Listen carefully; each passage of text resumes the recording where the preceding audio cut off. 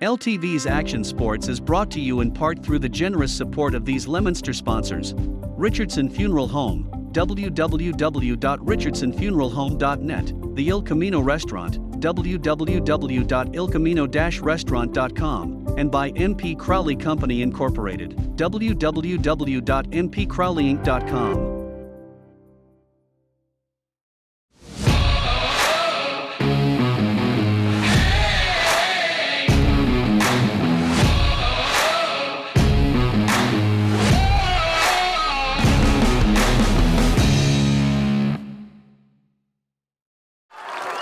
Oh, it's Friday night high school football here on the K-Zone, and it's great to have you along with us. Todd Robbins, Kate Robbins, Coach Mike Pellin along with you. Leominster and Doherty set to do battle. Kate, we're ready for the play-by-play. We certainly are. Our award-winning play-by-play is brought to you by RC Excitement, the Northeast Premier Radio Control Complex, 208 Bemis Road in Fitchburg, online at rcexcitement.com. And now with the call of the game, the voice of your Blue Devils, Todd Robbins. All right, Kate, thank you so much. Leominster decides to receive the opening kickoff as Doherty won and deferred their option to the second half. So they will be kicking. Leominster determined that they would like to defend the goal to our left here in this first quarter of action. Lot of moving pieces here prior to action tonight, and now the moving pieces, we'll see where they all fall as Doherty gets set, ball on the tee, 40-yard line at our right. Tim Moyna has the ball teed up and ready for action, and Mike, we've already seen he has the leg to drive this ball deep. Yeah, he certainly does, and Leominster has their returners on the 10-yard line. I think the law is anything over your head, obviously stay away from. He also kicks the ball very high. He does it on just a line drive. Indeed. Moyna sends that line drive, wobbling end over end. It will be returned from the 10-yard line. And on the return, it's Jared Viola who snakes his way down the right numbers, cross the 20, the 25, then the 30, and taken down at the 31-yard line. It will be a first down and 10 for Leominster. Their own 31 coming left to right. Jake Tossie gets the start at quarterback tonight. Mike, he's a senior without a lot of varsity game experience. He got thrust into some very important action last week. Yeah, again, I don't know when they knew that their quarterback was going to be out, but you've got to simplify some things here. And again, leadership has to step up here on the line of scrimmage. Color rush on both sides of the ball. Leominster is white from head to toe. Meanwhile, the color rush on the other side for Doherty. It's the whole maroon tops and bottoms trimmed in gold. The classic Doherty gold helmets with the white face masks. Leominster with the classic white tops, white bottoms, all trimmed in royal blue. The classic Leominster white helmet with the royal blue stripe up the middle. And on first down and 10 to go, it's Martinez that gets the first carry. He goes from right to left, crossing the 30, the 31, and is dragged down around the 32.5-yard line. Give him a gain of 2, second down and 8. I just love those gold helmets with the maroon pants. Yes, and you know why. Well decked out in your BC gear this evening. Got the Owls of Temple tomorrow. Down in Philly. Down in Philly. Second down, 8 to go for the Blue Devils. 33-yard line coming left to right. Pistol formation. The snap, good to Tossie. Makes the first handoff here. Goes straight forward into the pack. Looked like Cabrera. Swallowed up, crossing the 35. Taken down at the 36-yard line. Miguel Cabrera, the ball carrier. It will leave him a gain of, looks like 3. Third down, about 4 to go, as the Blue Devils find themselves at their own 37-yard line, going left to right, need their own 41-yard line for the first down. Yeah, big play here. They don't want to go 3 and out. That's true. One of the things that we saw last spring with this Leominster Blue Devils offense, first downs came at a premium. I was actually fairly impressed with the number of first downs this offense was able to get last week against Fitchburg. And Coach, you're right. They need to make first downs. They got to move that ball down the field in chunks. A 2-back pistol set, a 1-step drop back for Tossie, swatted away. Kofi Asair into the backfield, denied to Kembe Mutombo style. He sent that thing 20 yards back over the head of Jake Tossie. 6'5", coming from the outside. Use your height. 6'5", yes. And they'll use it on offense, too, when they throw up the jump ball, and he gets way up there. One of the things you want to make sure you're careful of is Leominster's special teams needs to make sure that they get all of their punts off. With the height that this Highlanders team has on the defense, They need to make sure that they get these clean special teams plays off in order to make sure that field position doesn't become a problem. Ivan Kadua from his own 25 gets a good snap. Punt hanging high in the air. Takes a bit of a Highlander bounce around their 39-yard line. Touched down by Riley Costa right around the Highlander 40-yard line. And that's where Coach Sean Mulcahy's bunch will set up shop. First down and 10, their own 40-yard line, coming right to left. 10:20 to play here in the first quarter. No score. Highlanders and Blue Devils. First offensive possession for the Highlanders coming up here. Kickoff was brought to you by Fraticelli Oil. Exceptional comfort, warmth, and efficiency for your dollar. Heating with environmentally friendly wood pellets from Fraticelli Oil Company in Leominster. Service available 24 hours a day, 7 days a week, same-day delivery. Online at FraticelliOilCo.com. Fraticelli Oil, the place to save. Heating dollars and bouncing wide open. It's Malachi Burke down that right sideline. Got midfield crossing the Blue Devil 45, and they will say he stepped out of bounds there, although he continued to chop down to the Blue Devil 40, but it's enough for a Highlander first down and a great explosion from scrimmage. Yeah, great blocking too. He took the corner and somebody was depleted at about the 40-yard line, and the running back went on and just, it looked easy. We regularly talk about Doherty's explosive speed. First play from scrimmage, we see it. Jackson Burke, great job to field a low snap. Gets this one to the motion man that was Burke. He goes right to left, turning the left corner across the 40. Ball comes loose, but he is whistled down on the play with possession at the Leominster 36-yard line, moving right to left. Burden is a transfer from St. Paul's. Yes. Probably out of the transfer portal. I was going to say, in the old high school transfer portal, eh? Sure, why not? Why not? 2 plays from scrimmage for Burke, already 23 yards, averaging, 11 and a half yards per carry. 9:35 and counting to play here in quarter one, and the Highlanders are on their horse moving downfield. Saw this a little bit against Algonquin last week. Straight back classic I formation. Dotting that I was Phil Johnson. He gets the handoff, bouncing out behind 2 receivers to the right. Pack continues to move. He looked like he was slowed down around the 30. The momentum continues across the 25, then the 20, and down there, maybe a little bit further. Yeah, they're going to give him the 19-yard line. Gain of 27 on the play for Johnson. 17. Thank you, Kate. That's why I'm here. I think about 8 of it, he was getting dragged downfield. Up front, the pounding has already started to take a toll on Leominster after 3 or 4 snaps. It's going to be a long night. And Mike, you talked specifically about the height before we even saw any of these players on the field. Their offensive line, they're not bulky, but their height is clearly obvious, and they're using it to their advantage. Yeah, very athletic here, as you can see on this play. On 1st and 10, that give was Hare coming on the end around left side, cross the 15 and dragged down around the 13-yard line. Looks like a gain of 6. The ball is loose, and Leominster says they have it, and the signal is they do. It is a fumble and a Blue Devil recovery, and for the second straight week, Leominster's defense forces their opponent into an opening drive turnover. Let's see how many of those linemen up front stay on the field. Looks like almost all of them. It just makes it tough when you're taking that pounding on every down. Now you've got to go out and give some back. They've got to keep the football. They're in a dangerous situation here on the 11-yard line. They don't want to give it right back. Can't be a 3-and-out here. And it looks like Brian Aguilar is going to take the quarterback spot here in a pistol, 2 backs behind him. He'll ask for the football, and the give was bounced to the outside. First man to the hole was Cabrera. He gets spun down and taken back. Doherty tries to buy a loose football, but Cabrera had it through the tackle. The loss is 5. Looks like 2nd down and 15-ish back around the 8 or 9 yard line. Once again, Kofi Asare, the D-end on that play, number 1, the 6'5", 210-pound senior. Same guy who made the big swat down of Tossi in the last series. And they move him all around. As you can see now, he's on the right side of the defensive line. Aguilar pistol formation, 2 backs offset behind him.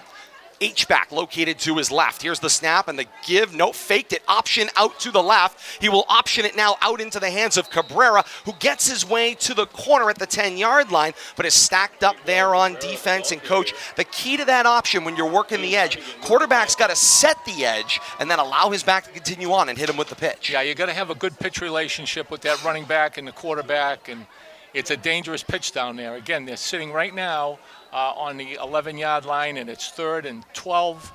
You don't want to go 3 and out, but you can't do too much here with the new players that you have. 3rd and 12 from their own 11, going left to right. Aguilar in a pistol formation, 3 receivers spread, 2 open to the right. Aguilar, 3-step drop, looks underneath. It is long and incomplete. That one had a wobble to it. Jared Viola was the intended receiver, and Coach, it seemed like, although the pass had some strength, it seemed like he was throwing with an open body there and trying to create a spiral. He's throwing moving backwards, and you got to step into the throw. I don't know how many practices he had coming in for the injured quarterback, but it's dangerous throwing it around down there. They've got to make a statement and run tackle to tackle. Well, and as you said, you can just see the athleticism of this defense. They are quick, they are able-bodied, and they get in your face in a hurry.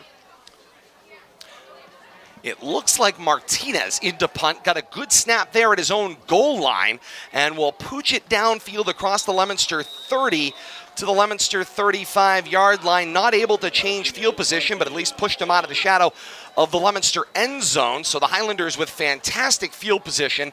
1st and 10 at the Blue Devil 35, going right to left. 6:56 to play here in the first quarter, no score. And Coach, another week where Leominster succeeds in creating a turnover on defense. They're not able to capitalize on offense. Oh, and they got to be careful here because Doherty might be looking for the quick home run. Yeah, think about this. Starting field position on the Leominster 35. That's the wrong side of midfield to start a drive if you're Leominster's defense. Burden in the pistol set. Handoff goes underneath for the battering fullback. This is Mosley, and Mosley will drive his legs forward. Mosley, the ball carrier. Winding down toward the 6:40 mark here of the first quarter. Ruled no gain on the play, if any, just on the other side of the 35-yard line. 2nd down, we'll call it a short 10 for the Highlanders at left hash. Leominster 35 going right to left. We'll have a check of the time and temperature after this play. On that last play, already 4 different backs have rushed the ball for the Highlanders. Straight back I formation, a receiver on either side. Burden fakes, rolls hard to his right, throws underneath, snapped complete, and tackled down around the 30-yard line to the 28. Nice catch made there. New number, Miguel Rivera Madera gets the catch on that one. 3rd down and a short 4 here. Obviously, they're in 4-down territory. You can see what we talked about in pregame with Burden. He loves to get to the outside. He throws the football, and back come the receivers to help him out. Tough to defend. They've got to keep him in the pocket. 5:45 and counting to play here in quarter 1. 3rd down, 4 to go. Highlanders need the Blue Devil 25-yard line for a 1st down. Burden walks to the line, got a straight back I formation. Burke is dotting the I and a receiver to either side. The snap, flags are out on the play. The give was for Burke. Into the A-gap he goes. Stood up around the 25-yard line, but flags are out and the play was allowed to continue. This has got to be in the area, potentially, of illegal participation on the offense. Yeah, I believe he may have a procedure foul here against Doherty. Bob Bonsi collecting the information from his crew. Of course, remember with Federation rules, most everything is blown dead as a pre-snap foul. So that's what leads me to wonder, and or maybe it's Leominster's bugaboo again. Let's get the signal from Bob Bonsi and then we'll confirm. No, it is. It's procedure. 5-yard penalty. It is against the Highlanders, so mark them back. The way the official was addressing the sideline, it looked like he was giving a sideline warning, which Leominster's coaching staff has struggled with since the enforcement has increased over the last couple of years. Not the case in this circumstance. It's a 5-yard penalty. Move it back across the Leominster 30 to the 34-yard line. 3rd down and 9 for the Highlanders. Coach from 3rd and short to 3rd and long. Yeah, watch the alley-oop here to the big guy. He is now heading wide right, where he's going to get, unfortunately, a bump maybe on the line of scrimmage, but single coverage. It looks like the middle of the field is wide open. And Asser's one-on-one to the right. Out of the gun, it's Burden. Back to pass with time. Now steps up in the pocket. Throws on the run. Underneath. Pass is caught by Colin Wynett. And Wynett is down around the 10-yard line with a Highlander 1st down and goal to go. And all that was a fake. He didn't have the initial receiver, got outside the pocket, pulled up and fired a strike to the receiver for a first down. And Wanet's got a first down on a gain of 24 from Burden.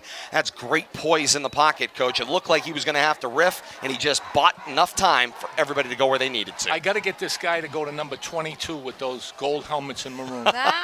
One of the things we saw, though, there, Coach, was that you saw Burden check to the left. Yep. Obviously, you knew you had single coverage with a Sayre on that right side, but he was able to then hit Wanat on that side as well. Nice route running by everybody in the receiver core for Doherty there. See how quickly he left that pocket? Madera with a little pre-snap Nice motion. play. Check it. No, Burke comes out, and Burke will lean his way forward back to the 10-yard line, maybe just across to the 9. Rule it no gain on the play. Second down, goal to go from the Blue Devil 9, going right to left. 4:10 to play here in quarter one. No score, Leominster and Doherty. Here in the early going on a misty early 6:30 start, just 15 minutes into this one. I heard we were going to have beautiful weather. I was going to say. It's a great play on that last run by the linebacker, number 44, Josh Cormier. And here it comes, out of the eye, on second and goal. The pitch is for Burke, finds some room to the left of the formation. Pack continues to travel. Burke pierces the goal line. It's a Highlander touchdown. You see how early in this game everything is moving Doherty's way. The pack is moving toward that end zone. You know, you had an initial hit the play before that, but they just can't answer the bell. 3:44 to play here in quarter one. 6-0 Doherty's lead, pending the point after for Moyna.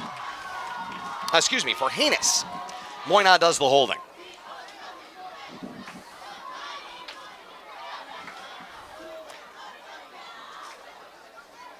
Moyna asks for the ball, gets it down, and it is blocked.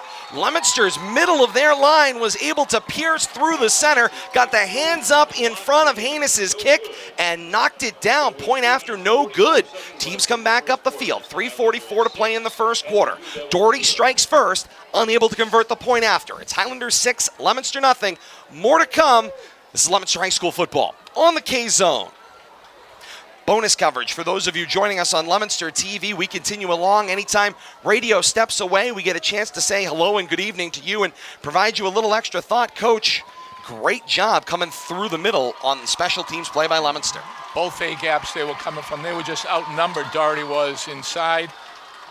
Probably going to angle, and they might start going for two. Certainly was a situation you noted in the video from last week. Yeah, you can only take this for so long. I mean, it's a wear-down process that's already started. Indeed it is.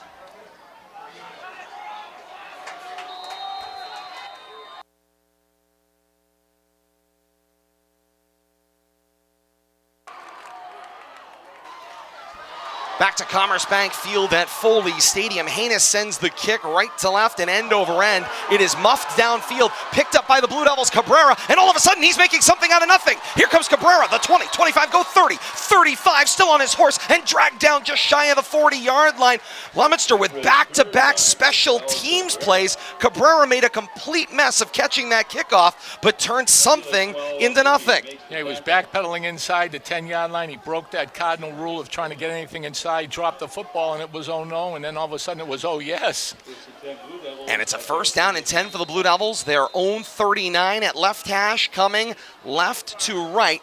Jake Tossi resumes quarterback duties here. 3:32 to play here in quarter one, and a 6-0 Doherty lead. Tossi out of the pistol set, snap, fake the give to Martinez, sets and throws, Good looks throw. for the out, pass is complete. That one finds into the near boundary here. Ricky Encarnacion, the H-back, crossing the Highlander 45 and out of bounds at the 44-yard line. That was pretty, Coach. He dropped that ball off play action, and the only spot it could be thrown right into the basket, and Leominster gets their initial first down. They're now inside the Doherty 45-yard line. And now Leominster looks toward head coach Devin Gates to get the next sequence of plays. First down and 10 to go. Highlander 44 at right hash, going left to right. Jake Tossi directing traffic out of that pistol formation. Encarnacion's the H-back to the right. Snap and the give this time. First man through the hole. There goes a loose helmet rolling down the field. The handoff was for Martinez across the 40, down around the 39. They will mark him back at the Highlander 40, gain of 4. Second down and 6 to go.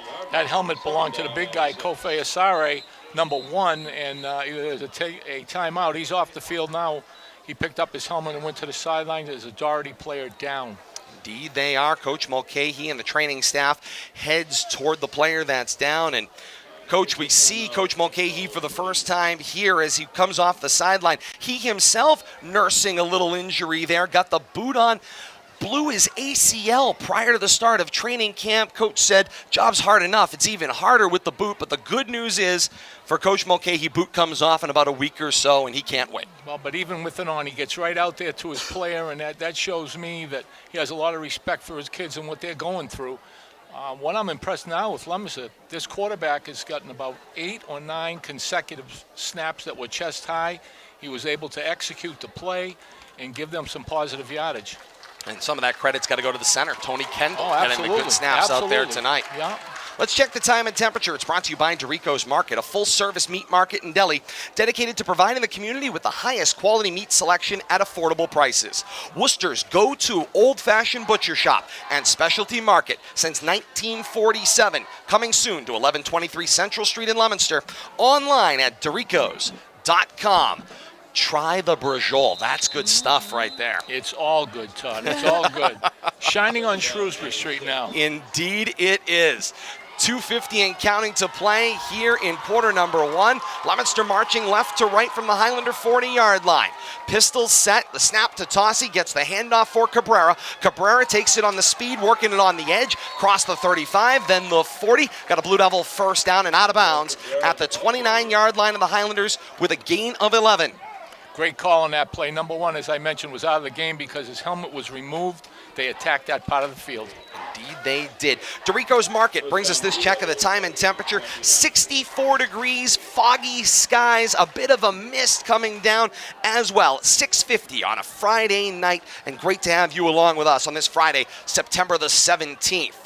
2:20 to play here in quarter 1. Leominster first and 10 from the Highlander 29. Tossi back to pass, looks over the middle of the field, hits Encarnacion right on the 0. It pops up and then harmlessly falls incomplete. That's a great throw. That ball's got to be caught. Got to help your team out there, and Encarnacion certainly has the ability to do it, but it's got to be a priority, Coach. Yeah, it just seems to me, Todd, I don't know if you want to say Doherty scored too quick, but it just seems like some of the steam is out already, and that's what we saw last week when we took a look at that game out at Algonquin. Second down, 10 to go. Highlander 29.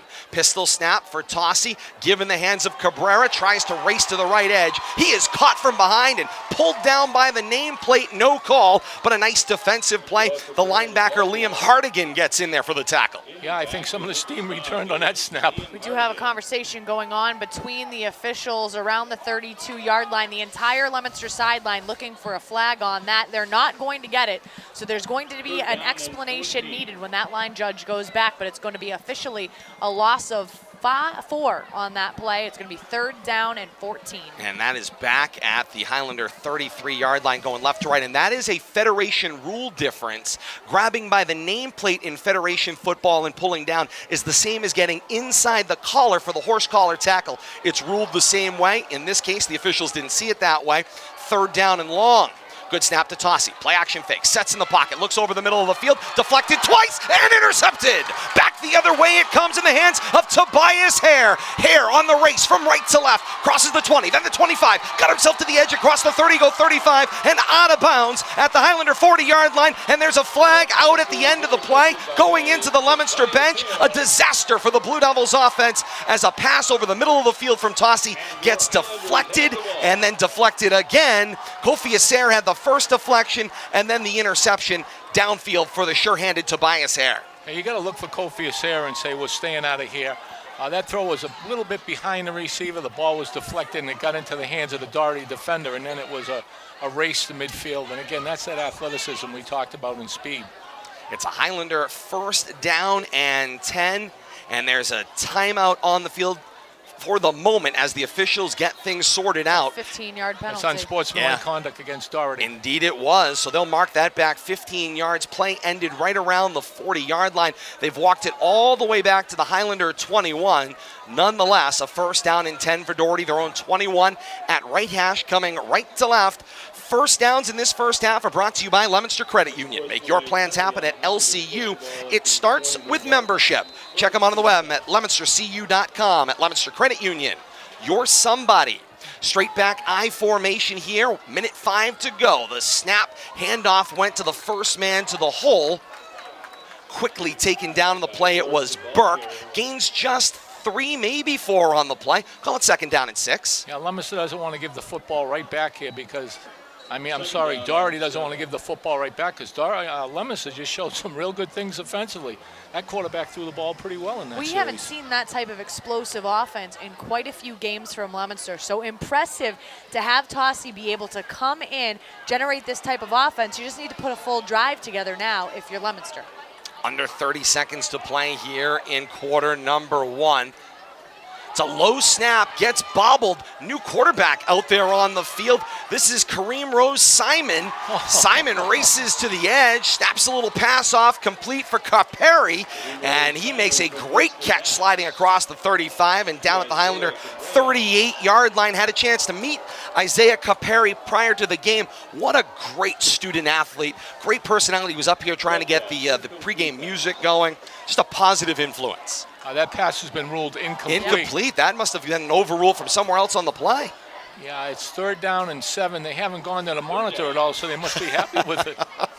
No arguments out on the field, so clearly it looks like the Highlander sideline got the same look. I'm surprised to see Kareem Simon at the quarterback spot. He trots in wearing the highlighter yellow footwear to go with his Doherty maroon and gold. 15 seconds to play in quarter 1. Highlanders with the 6-0 lead, facing a 3rd down and 6 to go. Their own 24-yard line. They need their own 31 3/4 for the first. Back to pass. It's Simon. Looks out to his left and throws. That's high and outside and incomplete. The intended receiver downfield was Jaden Atherley. We're going to have to check the sideline to see if Burden is anywhere to be found. If he's injured, he's had 2 passes complete, 2 attempts, 2 completions for 7 and 24 yards respectively. He's standing right at the 40-yard line. So we're going to have to see what's going on. That's him, right? 12? Is that the 40? Yes, it is, yeah. Great 3 and out by the Leominster defense. Yes, I agree. Great job. And they've got a 4th down, 7 to go. Cabrera will drop back into punt formation. Rob Hawkinson does the punting from his own 13-yard line, gets a good snap, and booms this one high into the Worcester Knight. This one will hop at the 48-yard line, take a Highlander bounce, and check up at the Leominster 48-yard line. 1st down and 10 to go. When we come back, teams change ends. Second quarter action, 6-0 Doherty through 1 here at Commerce Bank Field at Foley Stadium. You're listening to Leominster High School football on the K-Zone.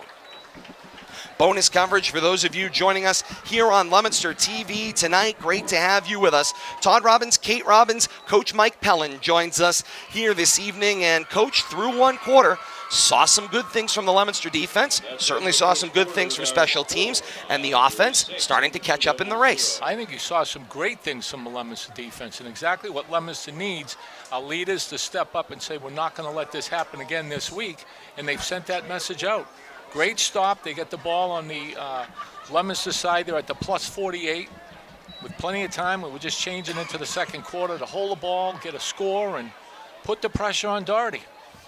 And certainly they have got to have the thought in the back of their mind. 14-0 lead last week in the first half. They disappear. 23 unanswered points in the second to lose 23-14 to Algonquin. That thought has got to be floating through their head. Did any of you see a hit on Jackson Burden? I mean, he's standing there with the football in his hand. He honestly, looks good. no. Yeah. Radio returns as we get set to begin the second quarter. Stay with us here on Leominster TV.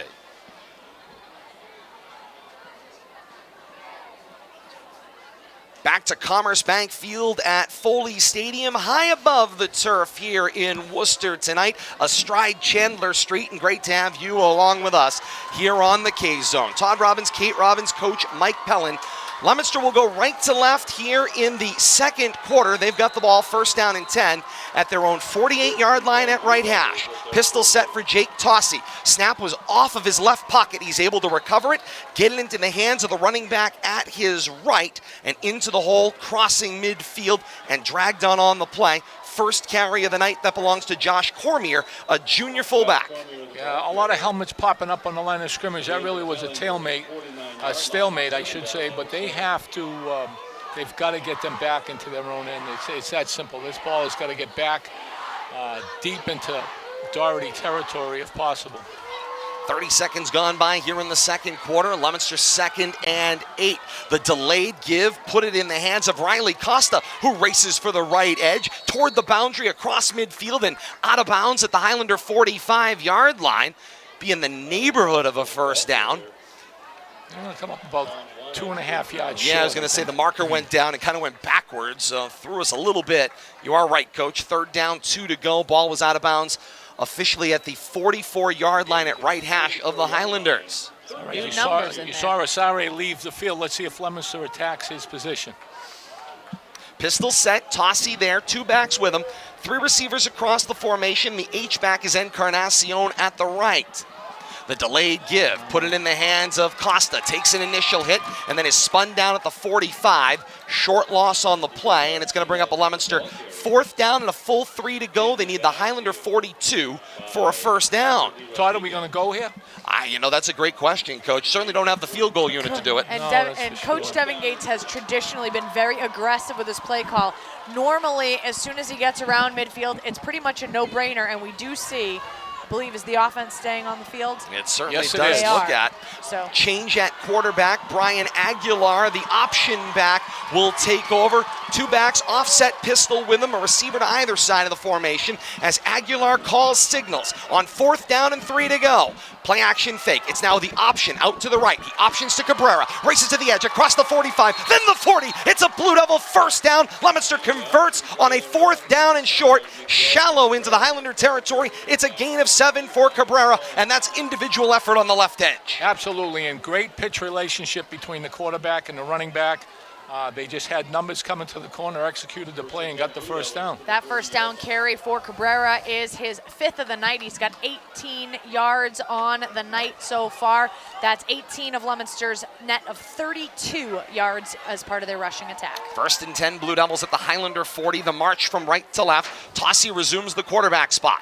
Gets a good snap. Play action fake. Looks out to the right and throws. And that one is broken up on the play. Phil Johnson, the linebacker in pass coverage, will break that one up. That's one you got to throw away to the sideline. That's dangerous. Doherty gets their hands on it in the flat, and it's 6 the other way. And one of the things that I think you're seeing is I think right now the game's still a little bit quick for Tossi, and you can see him once he picks the side of the field.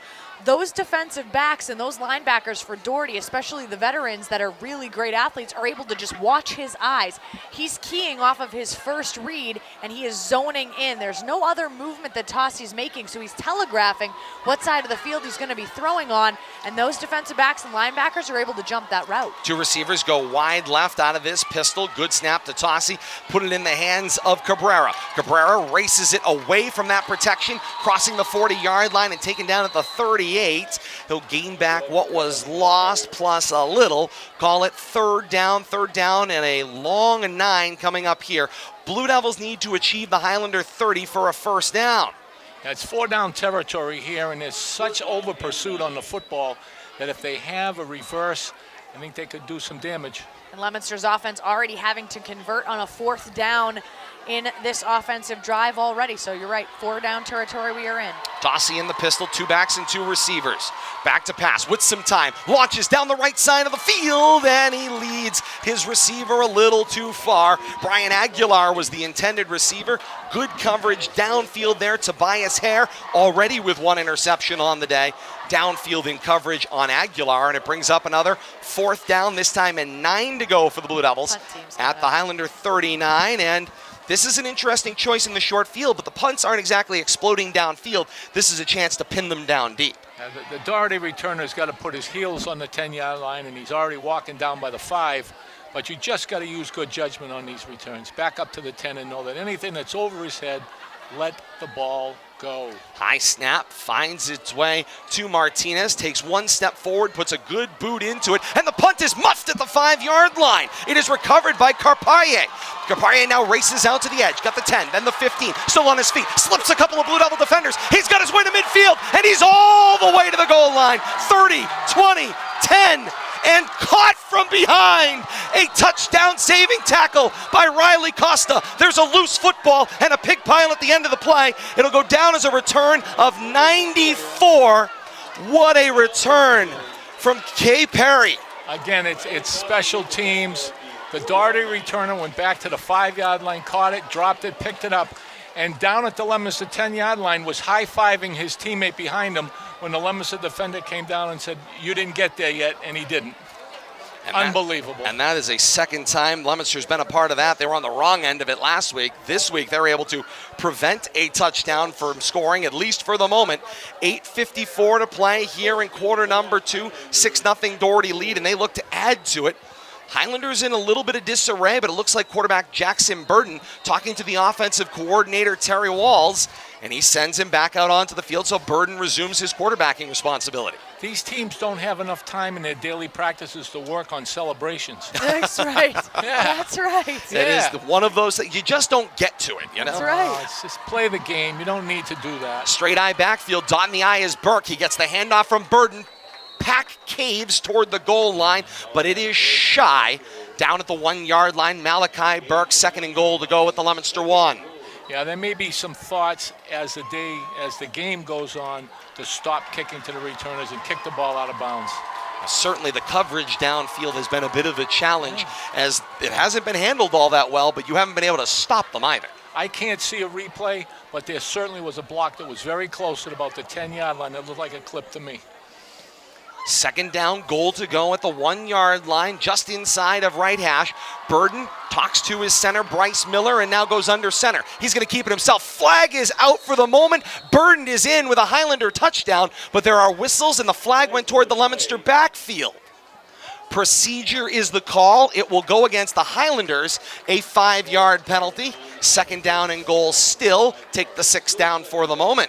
25 yards and penalties so far for the Highlanders. Sorry, Coach. No, it looked familiar. This is what we watched last week when we saw the Algonquin tape. Indeed we did.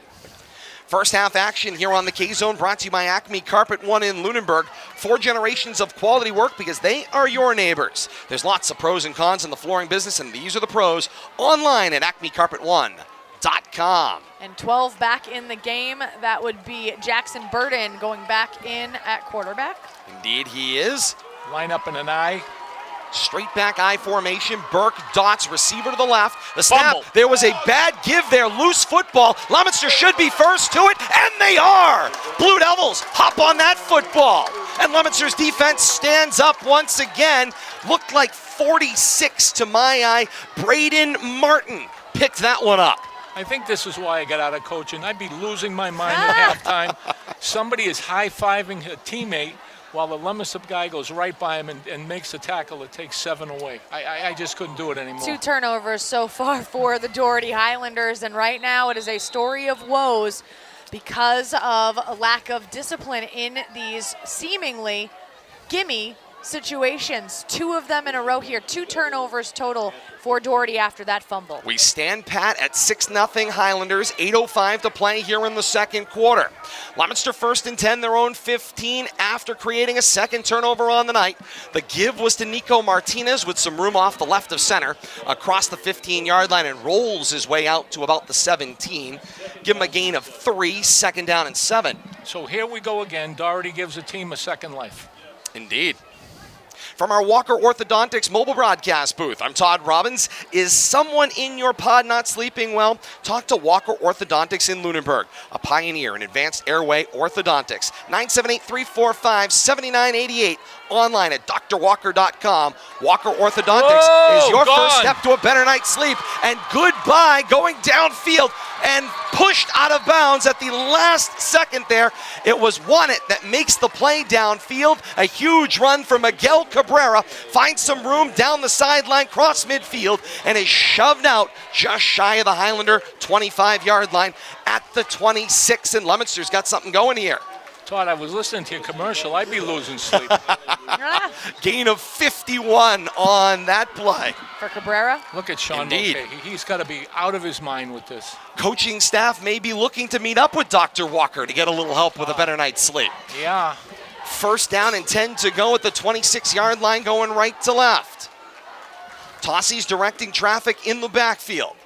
Out of the pistol set. Two receivers in the formation. Check it, it's Aguilar.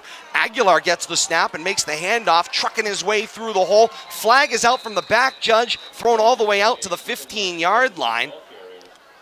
Looked like Riley Costa on the carry for Leominster, taken down just shy. I think it was Martinez. Of 15, was it? It was bigger, yeah, bigger human.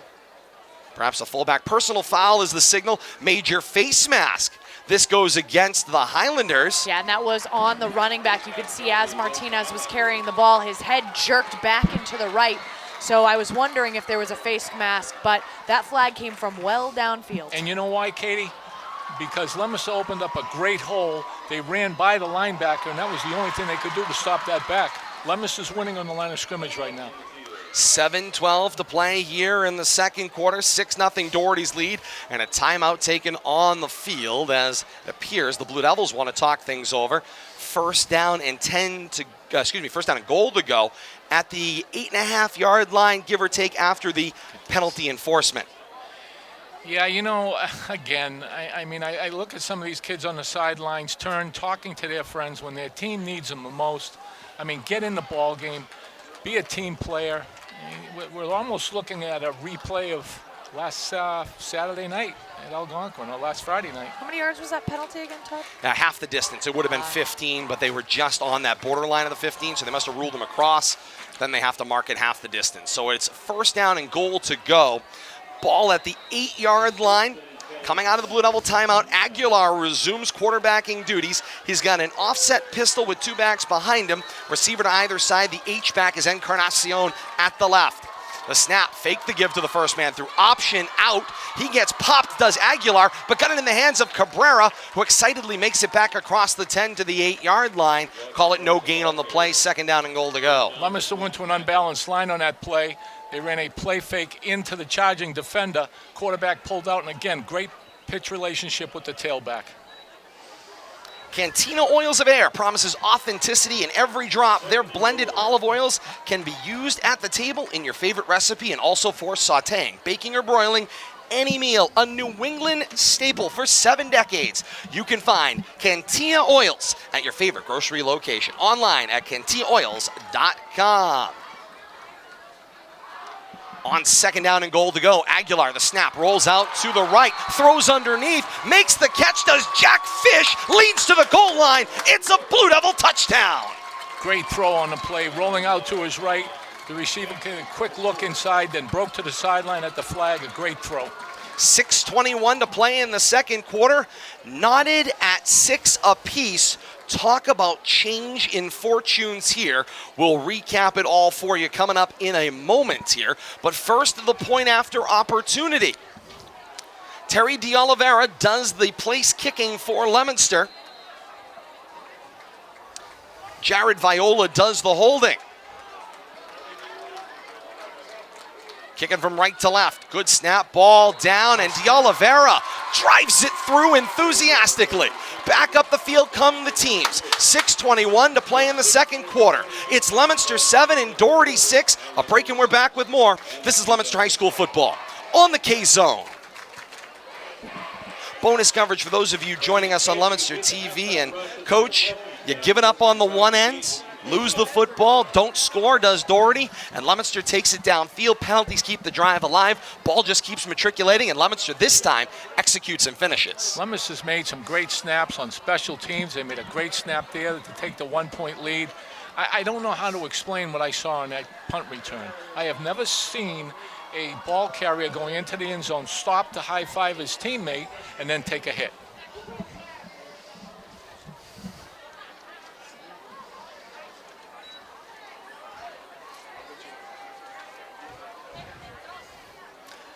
Back high above Commerce Bank Field at Foley Stadium, 6:21 to play till halftime. Leominster with their first lead of the season, 7-6 on top of Doherty. We're going to get back into a little bit of what we were just talking about during our bonus coverage on Leominster TV for our radio audience as well, as De Oliveira sends the kick, end over end downfield, be returned from the 16-yard line. This is Carperi on the return, cross the 20, taken down right around the Highlander 25-yard line at right hash. It'll be 1st and 10 for the Highlanders at their own 25, coming left to right. And Coach, we were talking about it a little bit with our radio audience, but I want to bring it back up here with our radio audience as well and talk about what we saw in this sequence. You allow yourself to get caught. You don't finish the score. The drive doesn't quite go your way. You fumble the ball away. Leominster picks it up and takes it back the other way for 6 with the point after 7. Loose football again. Leominster sliding in. Indeed, that is Nico Martinez. Picks up the loose football and gets a congratulations from Godswill Digne. Leominster taking full advantage of the Highlanders right now, who are feeling quite discombobulated. Yeah, there are no high fives on that play. Got to imagine that dampness in the air we see hanging. It's made that football a little bit damp out there, Coach. And right now, handoffs are not the cleanest thing we've seen. Yeah, and when you receive it, you got to lock down on the points. And it just, fundamentally, this is poor. I don't know how else to say it. Third turnover of the game thus far for Doherty. That's not a good stat. I'm going to call it a malpractice. How does that sound? Yeah, that works for me. 6:07 to play in the second quarter. 1st and 10 Blue Devils from the Highlander 25. Tossie back to pass, hangs in the pocket, floats to the goal line, catch is made, and into the end zone. It's a Blue Devil touchdown. A 24-yard pitch and catch. Jake Tossie finds downfield Ricky Encarnacion for 6 more. Yeah, great call. Doherty's walking around with their heads down, feeling sorry for themselves, bang away for the home run, and they got it. 13-6 Leominster on top. 5:58 to play here in the second quarter. Take advantage of the opportunities when they are presented. 2 turnovers, cashed in to 2 touchdowns. Todd, I can't wait for the kickoff. Who knows what we're going to see? I was going to say, Within what 30 comes seconds. next? Yeah. 2 touchdowns within 30 seconds. And Leominster wants to spend some time talking about this point after, or perhaps getting the right personnel on the field. It looks like Jake Tossie has taken over the holding duties for Terry De Oliveira. 5:58 to play here in the second quarter, and Coach Gates talking things over amongst his huddle. And Coach, you imagine here this is just getting the right personnel out there, or is there something else you may want to try to do? No, I just, here, Leominster took advantage of that extra day. They're showing us that they weren't happy with what happened in their previous game. They're taking it to Doherty right now, and Doherty's just looking for ways to try to cause a highlight so they can have fun, and it's not fun right now. Very quickly, some updates around the region coming in from Mike Roberts in Leominster. Fitchburg High School right now is behind Wachusett right now 7-0 on top of Fitchburg. Fitchburg just threw a pick 6. Wachusett now 14-0. I just got that in. And Leominster boys soccer up 1-0 at the half over Doherty. That coming courtesy of Mike Griffin from Doyle Field. More scores coming up at halftime. Point after attempt coming up here. Tossie gets the ball down. De Oliveira's kick is low, going to the left, and it rings the post to the left. Point after, no good. All right, careful here now with 6 minutes before halftime. They're going to be looking to get this back. Leominster's just got to, I'm sorry. No, Todd, go ahead, Mike. 5:58 to play in the second quarter. It's 13-6. Leominster on top of Doherty, and more to come. You're listening to high school football here on the K-Zone.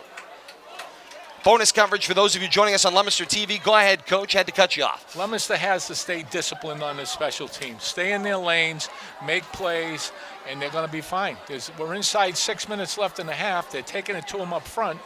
They just can't allow a big play to flip the field right back over. And that will be the question du jour. Leominster finally able to cash in some points on turnover opportunities converted.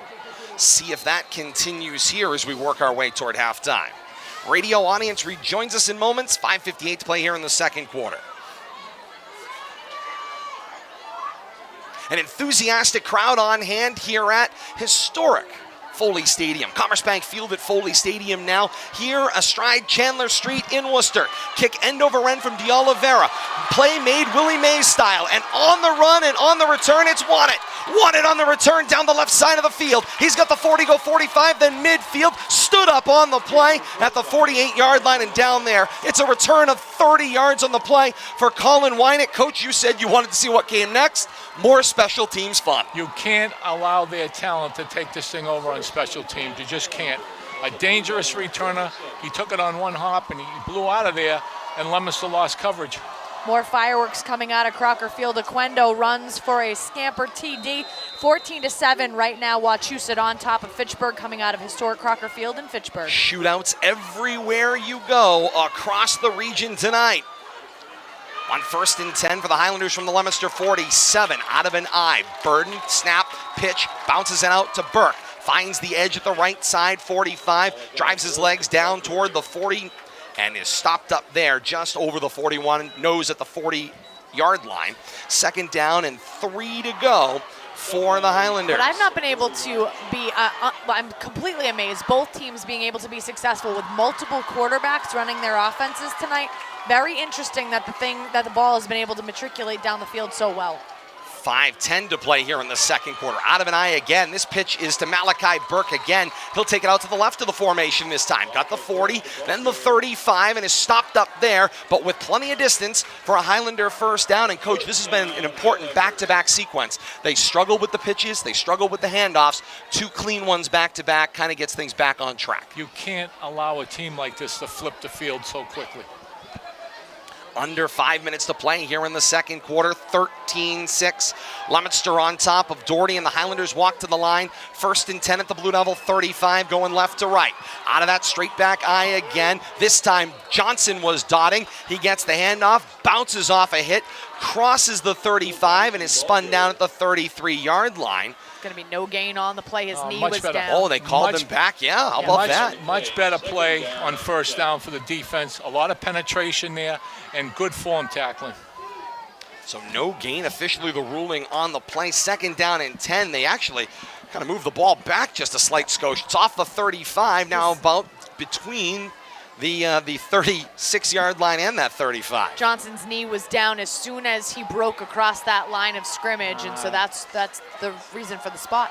Asare's on the field and he's single covered. Watch out. Burden the shotgun snap, rolls out, looks underneath of Asare. He was looking for Wannett. Got a hand on it, but it got deflected out of bounds, and it brings up 3rd down and long. And Mike, I've been kind of interested. They've been targeting Wannett on the same side of the field as Asare all night. Asare right now essentially playing the role of the decoy. One of those things, if Leominster's defense falls asleep at any point in time, you're going to see a big play out of Asare, because right now he is just the decoy. Yeah, they're running combination routes and trying to get people free. But Leominster's done a great job. They really have. And I'll tell you what, there's his trips to the right, and Asare is on the left. See where the ball goes. Shotgun set for Burden. Faked the give for Mosley and kept it himself. Raced toward those trips and just inside. Across the Blue Devil 30, 25, and dragged down at the 27-yard line. It's a gain of 13 on the quarterback keeper for Jackson Burden. All that concentration on the wideouts, and he beats you running the quarterback. Yep. And that's that thing where you have all those weapons out there. 6 potential wide receivers, 3 potential running backs, and a quarterback that can move. At some point, you only have 11 players on defense. You can't be everywhere. Yeah. And this chase is just hurting the interior of the defensive line. Your concentration can only be on so many skill position players at one point in time, and Doherty has them in spades when they get things rolling. 1st and 10 from the Leominster 23. The delay give is Good for play. Burke. Leominster defense right on top of that and dragged down on the play. It's Ricky Encarnacion up from the 2nd level to drag down and make that hit. Again, I mean, they've got to find Encarnacion just like Leominster has to find Asare and Jackson Burden. They're the stars. You got to lay a hat on them. 7th play of this offensive drive coming up for the Highlanders as the clock continues to tick. We're at 3 minutes to go in the half. Plenty of time to make a score for Doherty, so there's absolutely no rush.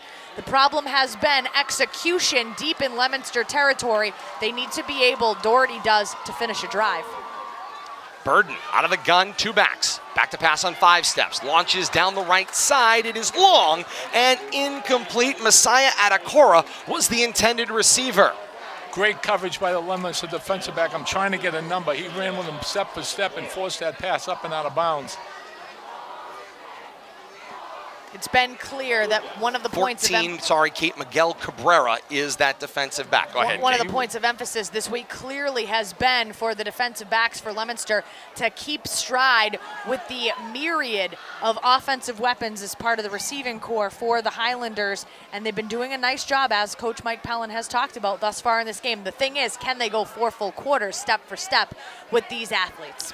Third down, short 10 to go. Leominster 22-yard line at right hash. Shotgun set for Burden, 2 backs with him, 3 receivers spread, 2 to the open side left. Back to pass, it's Burden. Now gets flushed toward his own sideline. Turns the right corner, crossing the Leominster 20, reaches forward toward the 15, and is marked out of bounds at the 16-yard line. Can't let him out of the pocket. Mercifully, though, it's only a 6-yard gain, and it's going to bring up 4th down for the Highlanders. But again, deep in Leominster territory, and I think obviously in 4-down territory here for the Highlanders with 4th down and about 4.5, a short 5 to go here from the Leominster 16-yard line. More fireworks coming out of Fitchburg. Wachusett has a pass play to the end zone. They're up 21-7. There's 6:33 remaining in the first quarter. I was going to say, that game started 30 minutes after we started here. Call timeout. Yes, and indeed, somebody. a timeout taken on the field. This one taken by the Highlanders. 2:39 to play here in the second quarter. It's Leominster 13, Doherty 6. Highlanders driving here. And Tom's Automotive drives the action here on the K-Zone. Looking for a quality auto repair? It's time for Tom's. Tom's Automotive of Fitchburg is known for providing quality auto repairs at affordable prices the same day you bring it in. Tom's Automotive, fixed right the first time and on time. Online at autorepairfitchburg.com. Watch the athletes that are going to come out with them on this play. 9th play of the drive going to be coming up for the Highlanders here. This drive started with 5:45 remaining. It started on the Leominster 47-yard line. They've already gone 53, no, they have not gone 53 yards, but they've been driving this ball down the field pretty regularly.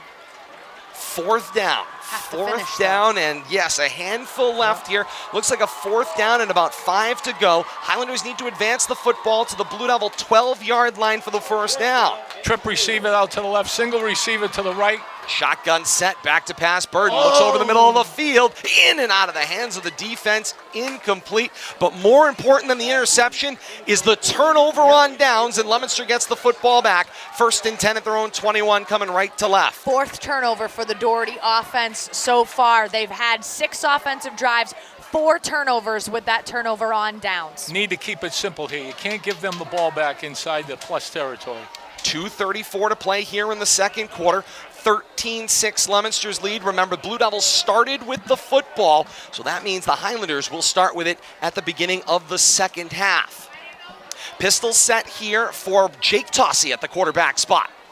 Delayed give, Big puts hole. it in the hands with some room, finds his way off the left of the formation. Indeed, this is Nico Martinez. Down the numbers on the left side, crossed the 25, spun down at the 30-yard line. It's a Leominster first on a gain of 14 for Nico Martinez. Just incredible. They've been in the shotgun all night with perfect snaps. And now whistles and a timeout taken down on the field. The Chains have gotten themselves hooked up. Ball's been going back and forth and up and down the field so quickly with these offenses. The Chains have twisted themselves into knots. Martinez on that last carry, correct? Yes, indeed. Down judge over on that far side unknots things. Let the clock run. And it starts running again. Down past 2:05 here in the second quarter. Tossie looks at his armband. 2 backs split behind him in this pistol. Now he switches the backs. They collide. Reset. Tossie fakes the give. Now sets. Trouble. Not there. Trouble. Rolls out. Good He job. will launch to the sideline out of play. And incomplete. Knew where he was on the field. He was wide of that tackle spot. He could get rid of the football. Almost a great catch on the sideline by the go-back coach. I don't know if you saw that. Good hands over there. Indeed. Oh, yes. Coach Incompletion. 1:46 to play here in the second quarter. No, for a young quarterback, an old quarterback in high school, that's just a great play. Throw it away. I just question why they're passing here. Run the clock out and go in at halftime with momentum. Pistol set, 2 backs split with Tossie. 2nd down and 10 from their own 30. The give this time is Cabrera. Takes an initial hit at the line of scrimmage, drives his legs off that hit, crosses the 35 and down at the Highlander 36-yard line. That will move the clock. crossed the 95-second mark and counting under 90 seconds left here until halftime. Coming up at the half, we've got a full stat recap of half number one. We check those scores around the region, and out at Crocker Field, there's a dandy going on there as well. Track meet. We will also check our player of the first half, make our mid-game adjustments, and all of that to come at Bank Hometown at the half. Stick with us at halftime here from Commerce Bank Field at Foley Stadium. Does anyone know why Doherty has not called a timeout here? It's a good question. I Should have have no them answer. available to them. The clock continues to run across the 1 minute mark here. Yeah. And now the flag is out from the back judge for a delay of game. Are we at Doyle? I was going to say, 5-yard penalty gets marked off against Leominster. It'll bring them back toward their own 30-yard line, pretty darn close. They count it back, just to that 30 Should be and 31. 1/2 yard line, not quite the 31. Third down and a short 10 coming up here. Leominster needs their own 40-yard line for a first down.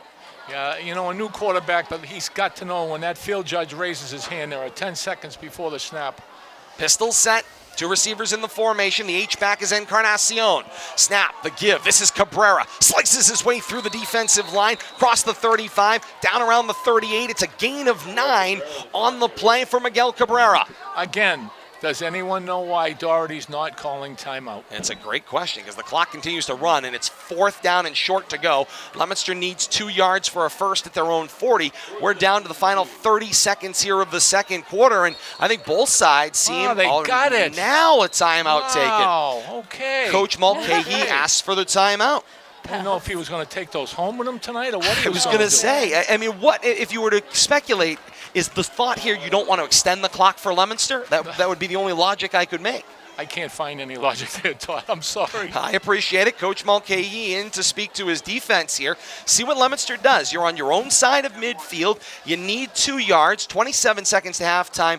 You are up 13-6 in this football game, Coach. Sounds to me like a punting situation. Push him down deep and don't give him short field in short time. Yeah, absolutely. I mean, it wouldn't be bad here to just kick the ball out of bounds.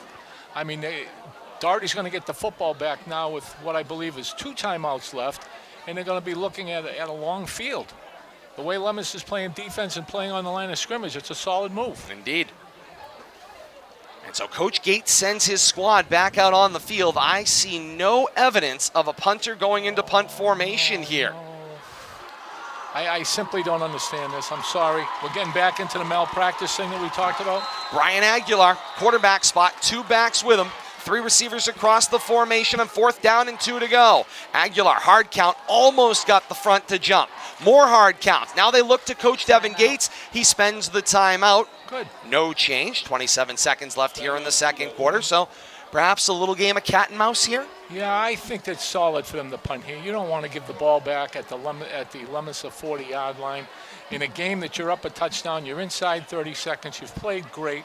You don't want to go into the half behind. This team has too many home run hitters. Unfortunately, they've missed the bases along the way tonight. That's right. But they're still there. And so the teams meet at their respective benches. Final 27 seconds before halftime.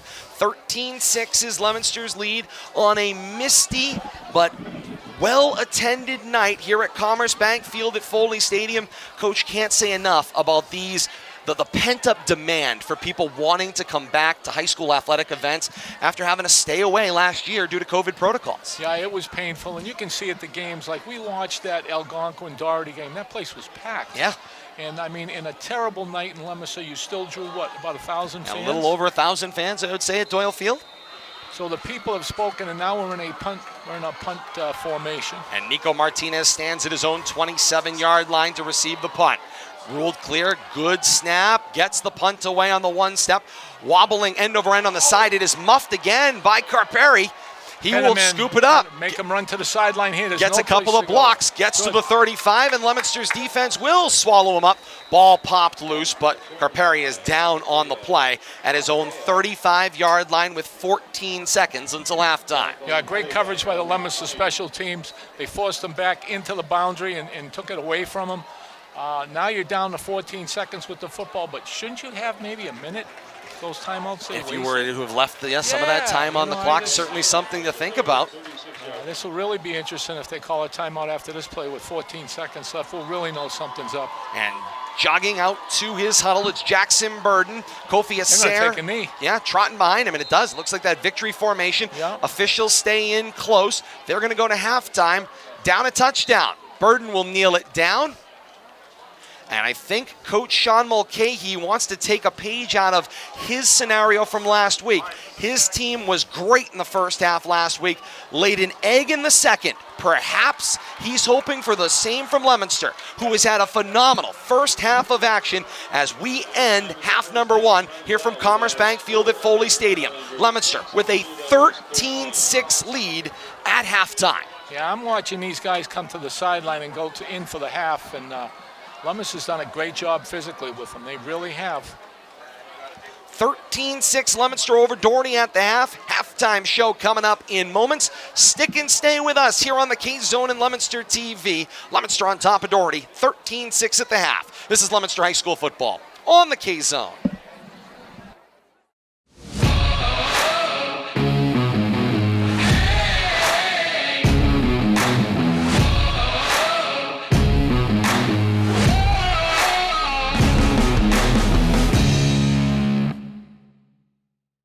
LTV's Action Sports is brought to you in part through the generous support of these Leominster sponsors: Richardson Funeral Home, www.richardsonfuneralhome.net, the Il Camino Restaurant, www.ilcamino-restaurant.com, and by MP Crowley Company Incorporated, www.mpcrowleyinc.com. Hometown at the half here on the K-Zone. Bank Hometown's free checking account works for you with free bill pay, mobile check deposits, and over 4,000 free ATMs. Visit bankhometown.com or stop into their convenient Leominster branch on Sac Boulevard. To open a free checking account, earn up to $200 and unlock your potential. Bank Hometown, member FDIC. Bank Hometown at the half here on the K-Zone. Commerce Bank Field, Foley Stadium. First game that made it to halftime here on this Friday night. Got a 30-minute head start ahead of the rest of the Friday night slate. It's Leominster on top of Doherty by a 13-6 mark here astride Chandler Street on this Friday night. It's great to have you along with us. We're going to get you updated on scores around the region. Our mid-game adjustments are coming up in a bit as well. But here at the half, it's time for our Clear Path for Veterans New England, supported by Northeast Insurance Agency. First half recap. Supporting Clear Path for Veterans New England's Community Center at Devens supports families and provides connection to the latest in wellness options. Coming up on Sunday, there is a charity motorcycle ride, kickstands up at Clear Path for Veterans New England at their Devens Center. Head on out there. Our own Howie Kahn will be out there for that at 11 a.m. That all coming up this Sunday. Remember, we owe it to them to do our part by supporting them. Donate at clearpathne.org. This message brought to you by Northeast Insurance Agency. Clear Path for Veterans New England supported by Northeast Insurance Agency. Brings you Kate's first half recap. All right, let's take a look at the team totals first. Obviously, right now, scores 13-6. Advantage Leominster right now on top of Doherty. Let's take a look at some individual notable statistics for Leominster. First, from their rushing core, 123 total yards of rushing offense for the Blue Devils. Nico Martinez, 5 carries, 32 yards. Miguel Cabrera, 10 rushes for 84 yards. Now we take a look at the aerial attack. It's a two-pronged attack, two different quarterbacks in for Leominster tonight. First, Jacob Tassi. He's gone 2 of 6 for 41 yards passing, which means he's completed 33% of his passes for a total of 41 yards passing. Brian Aguilar is 1 of 2. He's got a 9-yard pitch and catch to Jack Fish. Ricky Encarnacion is the receiver with the other 2 receptions, a 17-yard and a 24-yard reception for Encarnacion for a total of 41 yards of receiving. Leominster right now with 1 turnover on the night. It was the interception on their 3rd offensive drive of the game. Their 2 touchdowns have come in the second quarter of play. The first for the Blue Devils with 6 minutes and 21 seconds remaining in the half. It was the 9-yard touchdown reception to Jack Fish. And then just 30 seconds later, about 35 seconds later, a 24-yard touchdown reception to Encarnacion. The extra point there, no good, 13 points for Leominster. Now if we take a look at Doherty's side of the ball, individual notable statistics, their rushing attack has come courtesy of 5 different people. Phil Johnson, 2 rushes, a total of 17 yards. Mosley has been quiet, 1 rush for a net of 0. Malachi Burke, explosive out of the backfield so far for the Highlanders, 10 rushes totaling 51 yards. Tobias Hare, 1 rush for 7 yards. And from the quarterback spot, Burden with 1 rush for 13 yards. Now comes the aerial attack. Jackson Burden has completed 3 of his 5 passing attempts for 37 yards total.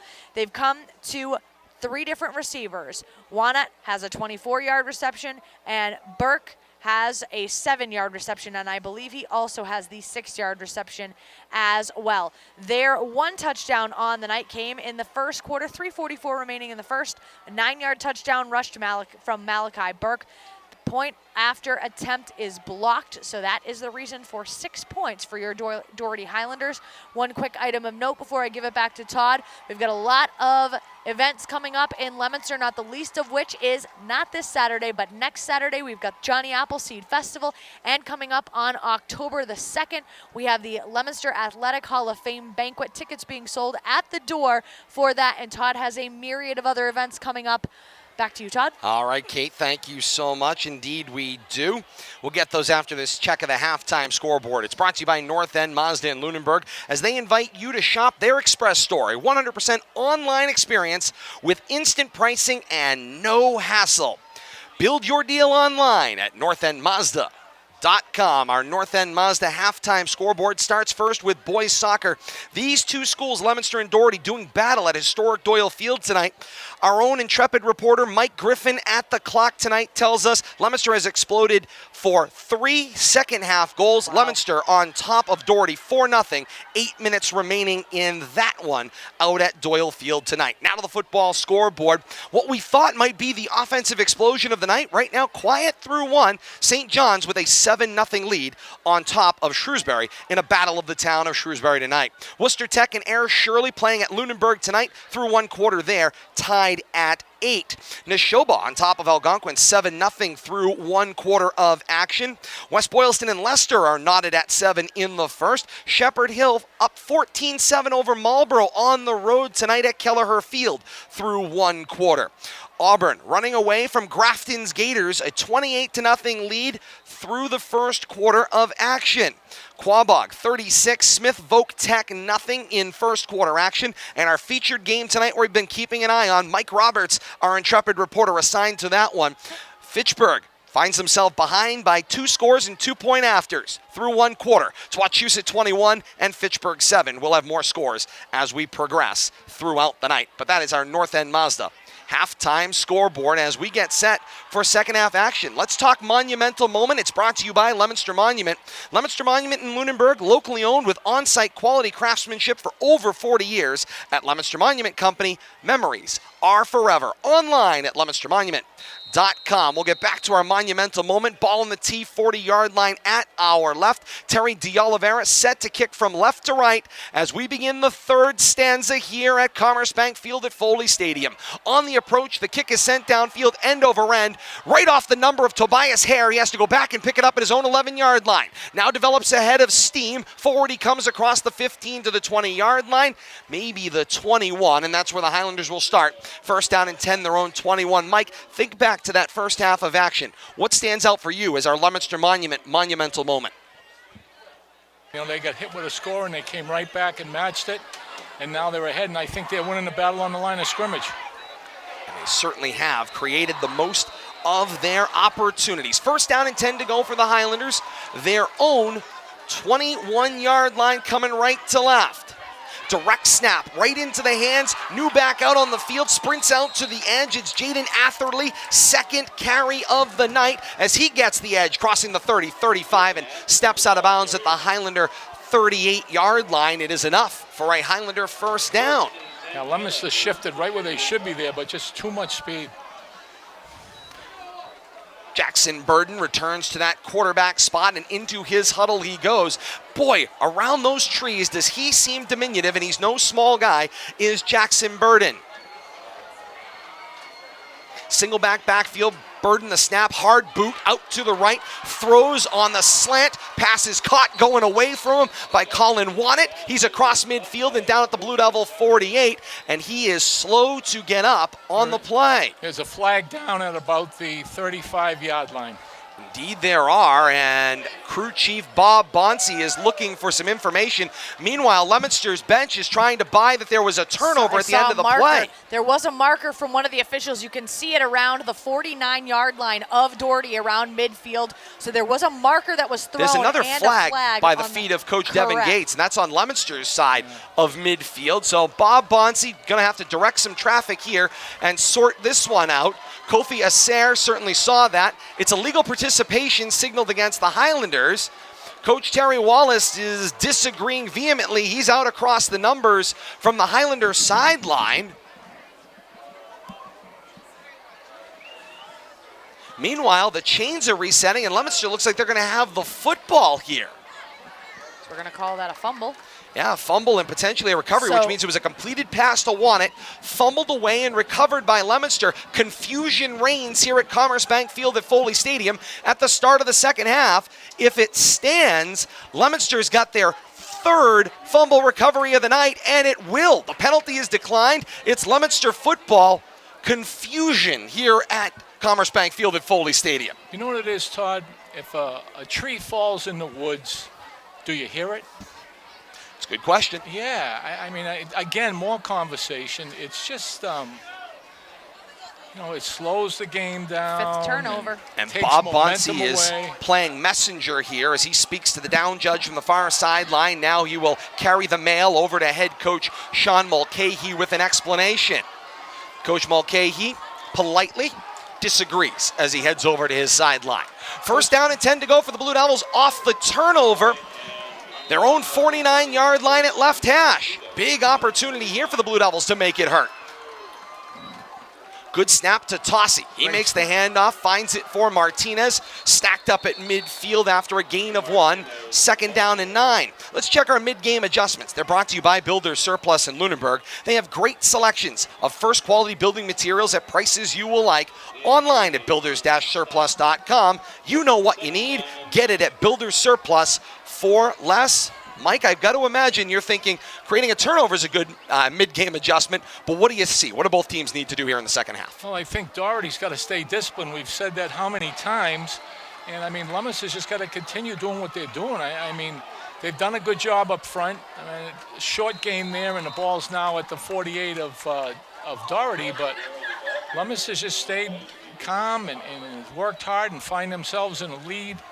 And they haven't played any of the rough stuff. They haven't played into any of the high fives. They're just hitting. One of the things that I am loathed to mention, but Leominster right now with only one 5-yard penalty on the night. A very clean game, same against Fitchburg last week. So discipline relative to penalties for Leominster this week, and right now capitalizing on those Doherty mistakes and those Doherty penalties. Third down and 7 from the Highlander 49. Pistol snap into the hands of Tossi. Sets his feet, looks left, floats long, and incomplete. Jack Fish was the intended receiver out to the left of the formation. Another combination route where the inside man broke to the sideline and he threw it away. Just got to be careful throwing the ball in the flat with this speed. Unfortunately, going to be a 3-and-out for Leominster's offense. No, it's not. Well, Nico Martinez, okay. Here he is. He's dropping back toward his own 40-yard line to punt. But at first, I saw the same thing you did, Coach. Said, wow, and now they start to form up. Gunners flanking out across the play on all sides as Martinez clicks his heels at the Leominster 40. He'll be punting from left to right. Wind helping just a little. Just barely sneaks that one away. Downfield it goes. Good catch made by Hare and his own 15-yard line. And Good begins coverage. the return across the 20, the 25. He's taken down at the 28-yard line. And that's where the Highlanders have the football. First and 10, their own 28. Teams exchange the football back and forth. One a turnover, one on downs, and thus far a pretty harmless start to the second half. You know, the Asari kid came in and rushed the punter there at 6'5", but he's taking some shots. He's trying to walk it off. He's coming back into the huddle now. And he's still someone that Leominster's got to be very careful of. Technically, this will be the 9th, count it, the 9th offensive drive for Doherty. 5 turnovers on offense for the Highlanders so far tonight. 9:44 to play here in the third. On first down and 10, the give is for Burke. He takes it left of the formation. The football is loose, and Leominster's got it back again. Back-to-back possessions, and it's Nico Martinez with the takeaway one more time. My word. We've watched this thing shift from about the midpoint of the first half to now, and Leominster has got all the momentum here. Doherty's hanging their heads, and again, there's no high fives on this sideline. 6 turnovers, count them. 6. 6 turnovers for Doherty right now. This is why I got into broadcast. No question about that. First down and 10 to go for Leominster.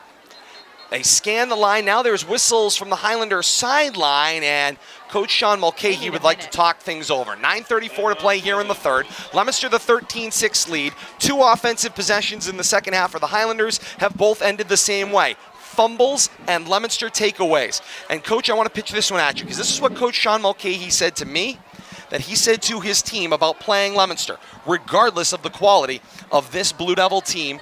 This year, in years past, the fact that Leominster hasn't beat Doherty in 4 straight times, he said you measure yourself against 2 teams in his 30 years of coaching, against 2 teams here in Central Mass. You measure yourself against St. John's, and you measure yourself against Leominster, and that's always been his experience. So he had this team mentally prepared.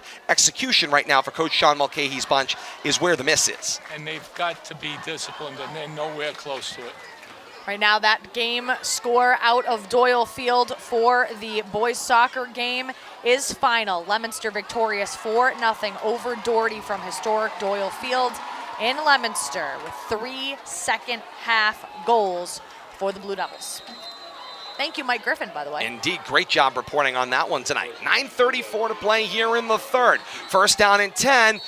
There was a clean snap. Leominster was moving downfield, and now all of a sudden, a very late whistle and a procedure call against Leominster will be a 5-yard penalty. It'll be a 1st and 15. Coach think it might have had anything to do with the fact that that came late on the Highlander sideline.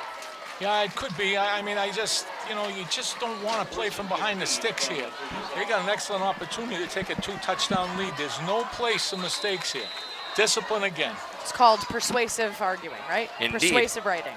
1st and 15 for the Blue Devils, marked back across the Highlander 35 to the 37-yard line at right hash. Pistol set, 2 receivers left. The snap and the give stuttered out of the gates. Did Cabrera, got spun around, still on his feet. I think he's been hit by every Highlander on the field and refuses to go down. Finally finished off on the play by Juan Reynolds, who makes the tackle to finish the play off for the Highlanders defense and pushes Leominster back closer to midfield, now at the Highlander 44-yard line at right hash. The Doherty player down with a cramp. You can see him prepared to try to get some help at the 41-yard line. And indeed, looks like both legs causing him some consternation. And now here comes the training staff out onto the field. 13-6 Leominster on top of Doherty. 9:04 to play here in the third, and a disjointed but awfully exciting start to this second half. Leominster's defense, 2 takeaways. Highlanders have touched the football for all of 3 plays. 2 of them resulted in turnovers. And right now, Leominster has got the football, but this drive, for the first time tonight, is now at 2nd and double sticks and going the wrong way downfield. Yeah, that was a big guy coming off Asare, the 6'5" wideout. Leominster's got to be careful here again not to turn it over. A safe call would be a draw. You got to be cautious throwing the ball to the sidelines with this team. You can punt the football and get them back into their own end deeply, and that's really the way you got to go here. Option quarterback for Leominster takes the field. It's Brian Aguilar. Gets the play call off the armband. Got 2 backs with him in the backfield on 2nd down and 21. They need the Highlander 22 for a first. Aguilar's back to pass. Looks underneath. Now he tucks. He will shake off 2 defenders, crossing the line of scrimmage. Now the 40, then the 35, and leans toward the 30-yard line. He is down at the Highlander 32. Gain of 11. Gains back all of the penalty yardage and gets back to just about the original line of scrimmage at 3rd down and long. Good choice by the quarterback there and some great moves. Aguilar certainly has some great potential for Leominster's future coming in the years to come. The junior, typically a wide receiver, now an option quarterback, 5'9", 170 pounds. We'll see more of him on this play. 2 backs with him in the pistol set, 3 receivers, 2 tight to the boundary right. Aguilar back to pass, hanging in the pocket. Now floats out to the right. He's going to tuck and run. Turn the corner at the 35. Runs into the defense and around the 30 and gets wrapped and taken down on the play. It was Aiden Esvihu on the tackle. Here comes the punt team for Leominster. Ball will be placed at about the 31-yard line. 4th down and 11. As we wind under the 7:30 mark here of the 3rd quarter. Nico Martinez handling the punting all night long for Leominster. Stands back at around the Highlander 42, and he's going to look to chip it downfield. Trying to pin the Highlanders deep here. Good snap at head height. 1 step, punt away. Dead ball goes downfield, checks up at the 5-yard line, and Wynot picks it up. And he'll bounce it out to the edge with some room down the numbers to the right edge. He's got midfield. He's off to the races. He is gone. It will be a 95-yard Highlander touchdown for Colin Wynot. He looked for somebody to high-five inside the 10, and he couldn't find anyone. 6:52 to play in the 3rd quarter, and special teams continues to rule the night. That's a Colin Wynot 95-yard punt return for touchdown. Got to kick the ball out of bounds there. There isn't that much field in front of them. I mean, these guys just got too many motors looking to make a big play. Leominster's exhausted. They're going to run right by those people. Thought when it checked up at the 5-yard line, it might be good for Leominster's gunners to be able to pin him inside the 10, and you see not how so much. He went to that ball like a shark going after a little fish. Oh, no doubt about it, and then just ran away from everybody. And the exciting extra point, our problem is we don't have a kicker out there. Actually, Haynes is there. He is checking with all of his linemen. He is now walked back to the line. It was a little odd, but he will now mark off his distance. Moyna does the holding. Will they waste the timeout here? Good question. Everybody appears good. Moyna gets the hold down. Haynes will drive the ball through. Back up the field come the teams. 6:52 to play in the 3rd quarter. Leominster nursing a 1-point advantage. It's Leominster 13, and now Doherty 13 with the point after. More to come. This is Leominster High School football on the K-Zone. Bonus coverage for those of you joining us here on Leominster TV, and, well, Leominster had the lead for a while. Now they're knotted at 13, and they find themselves in a track meet once again. But special teams has been the rule of the night. Yeah, I mean, there's an imbalance with special teams here. I mean, they fumble the ball. They've done some crazy things.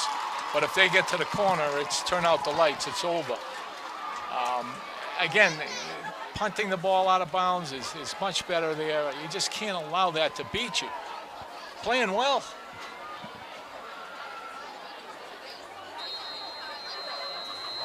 Commerce Bank Field at Foley Stadium is the scene tonight. Here in the 3rd quarter, 6:52 to play, knotted at 13 aside as the Highlanders manage to avoid costing themselves with 2 turnovers on their first 2 possessions of the 2nd half. On the 3rd possession, just starting, they are able to get the ball to check up, and it is a Colin Wynot 95-yard punt return for touchdown.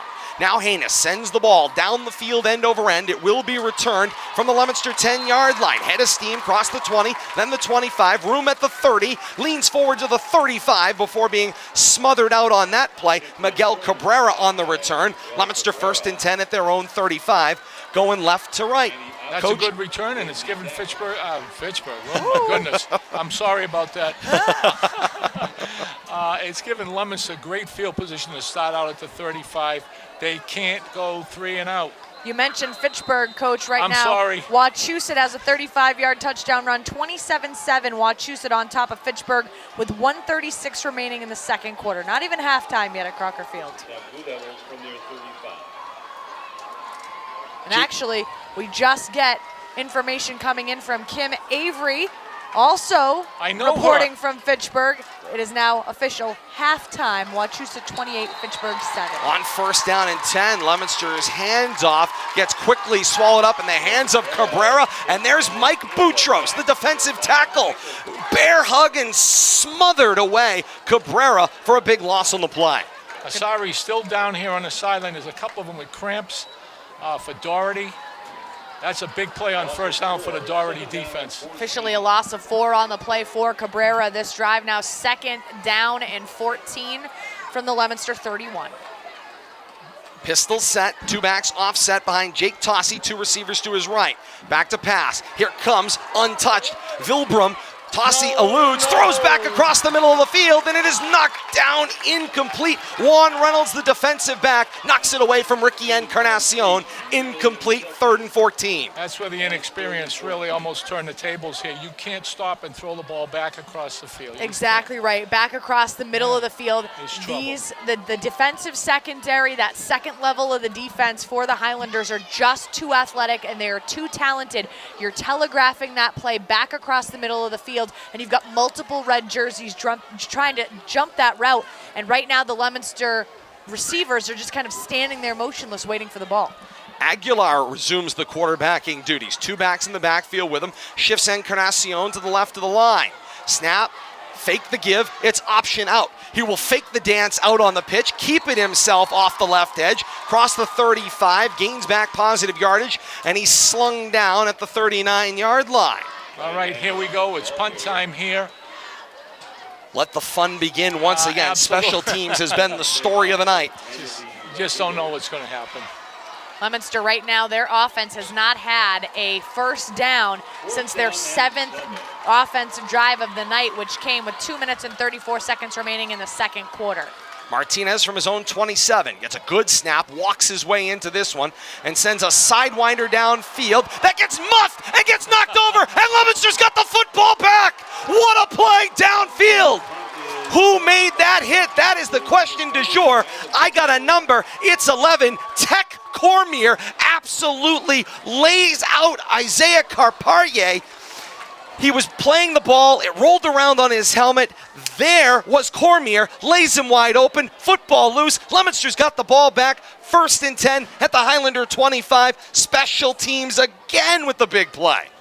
This Wild is why ride. I've gone into A volleyball. wild ride. Highlanders 26. Just a wild ride. Like a bull ride tonight. You only got to hang on 8 seconds before something changes here.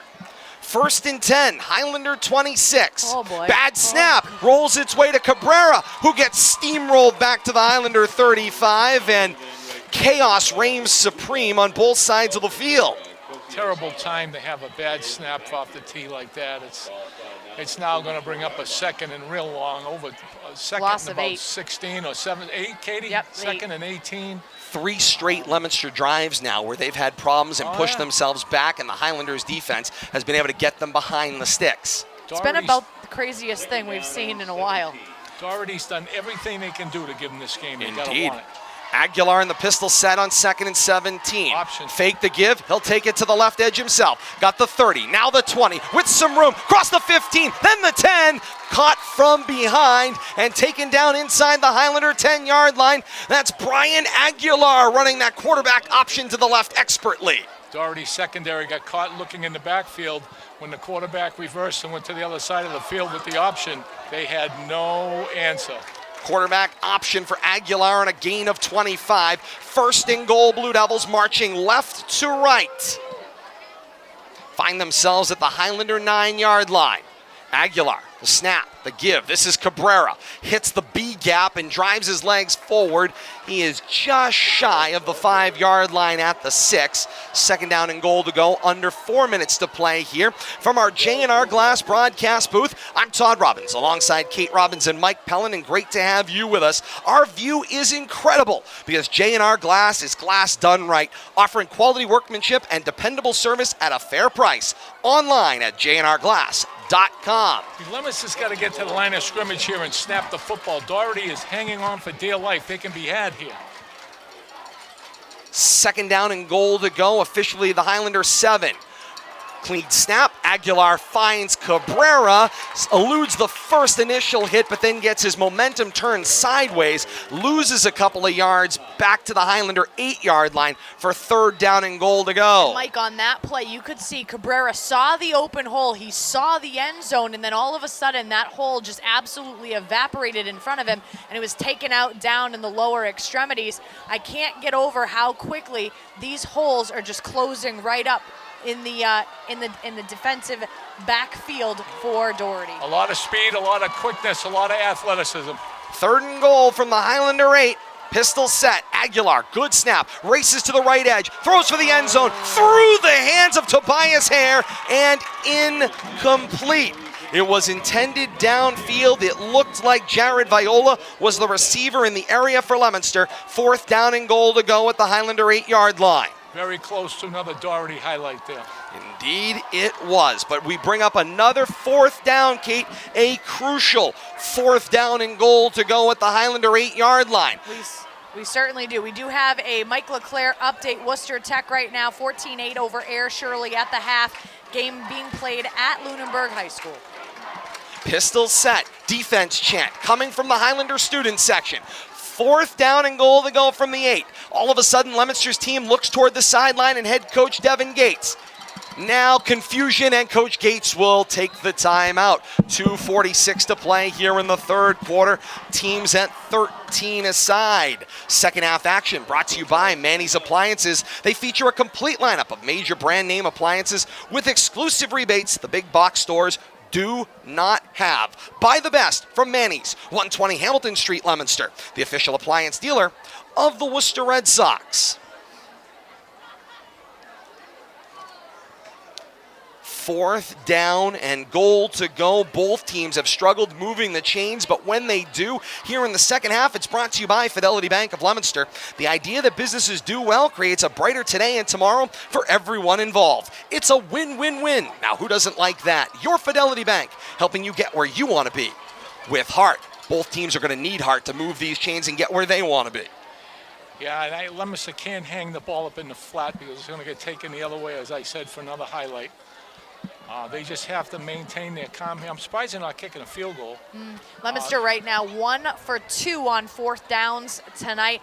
Right now, with the kicking game kind of up in the air, Leominster with a new kicker this year for their place kicking. Pounded his 1 point after down here on the left end of the field. Certainly has shown the leg to do it. But only 1 game under his belt. So it becomes a situation, where do you place your confidence with a brand new kicker? You don't want to soil your garments in that situation. I love that. I love that. 4th down and goal to go. Crowd is electric here at Commerce Bank Field at Foley Stadium. Here comes from the Highlander 8. Aguilar, the snap, rolls right, nowhere to go there. Now improvising, steps through, flips to the end zone, wide open and in the end zone. It's Jared Viola and a Blue Devil touchdown. Just a great play by the quarterback. Took his time. There is a flag thrown at the end of the play. There was a lot of pointing and screaming. There was a push. The Doherty sideline is convinced it was a pass thrown past the line of scrimmage. The signal is such. Oh, kid made a great play. I mean, the quarterback just took his time, waited for the opening, and tossed the ball to the open receiver in the corner of the end zone. It's just a shame you have a play like that taken away. And the official signal was illegal participation, an ineligible man downfield. Turnover on downs, no touchdown. Down off the board it comes for Leominster. 2:36 to play here in the 3rd, and from the thrill of a lead to the agony of a tie, tied at 13, 2:36 to play here in the 3rd. It's a turnover on downs. Ball back to the Highlanders, potentially. No, hang on, we're sorting things out. 4th down and longer here after the enforcement. They'll replay the down. Now I know why we started at 6:30. That's right. It has certainly been a night where you now have got to think, what are you going to do here? And now, here you go, Coach Mike Pellin.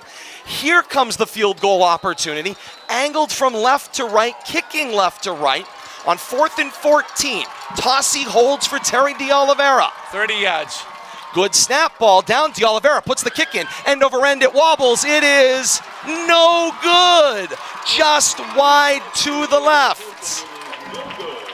2:36 to play here in the third quarter. We remain tied at 13 all here on the K-Zone and Leominster TV tonight. It's a funny game, Mike. Todd, this is a city field. The lights may go out at 10 o'clock. I don't know if they have an ordinance here or not. Really great question. And once again, what are we talking about on that play? Special teams. What a night for special teams. I just don't get it. You don't want to go for it at the 15, so you change and you go for it from the 20.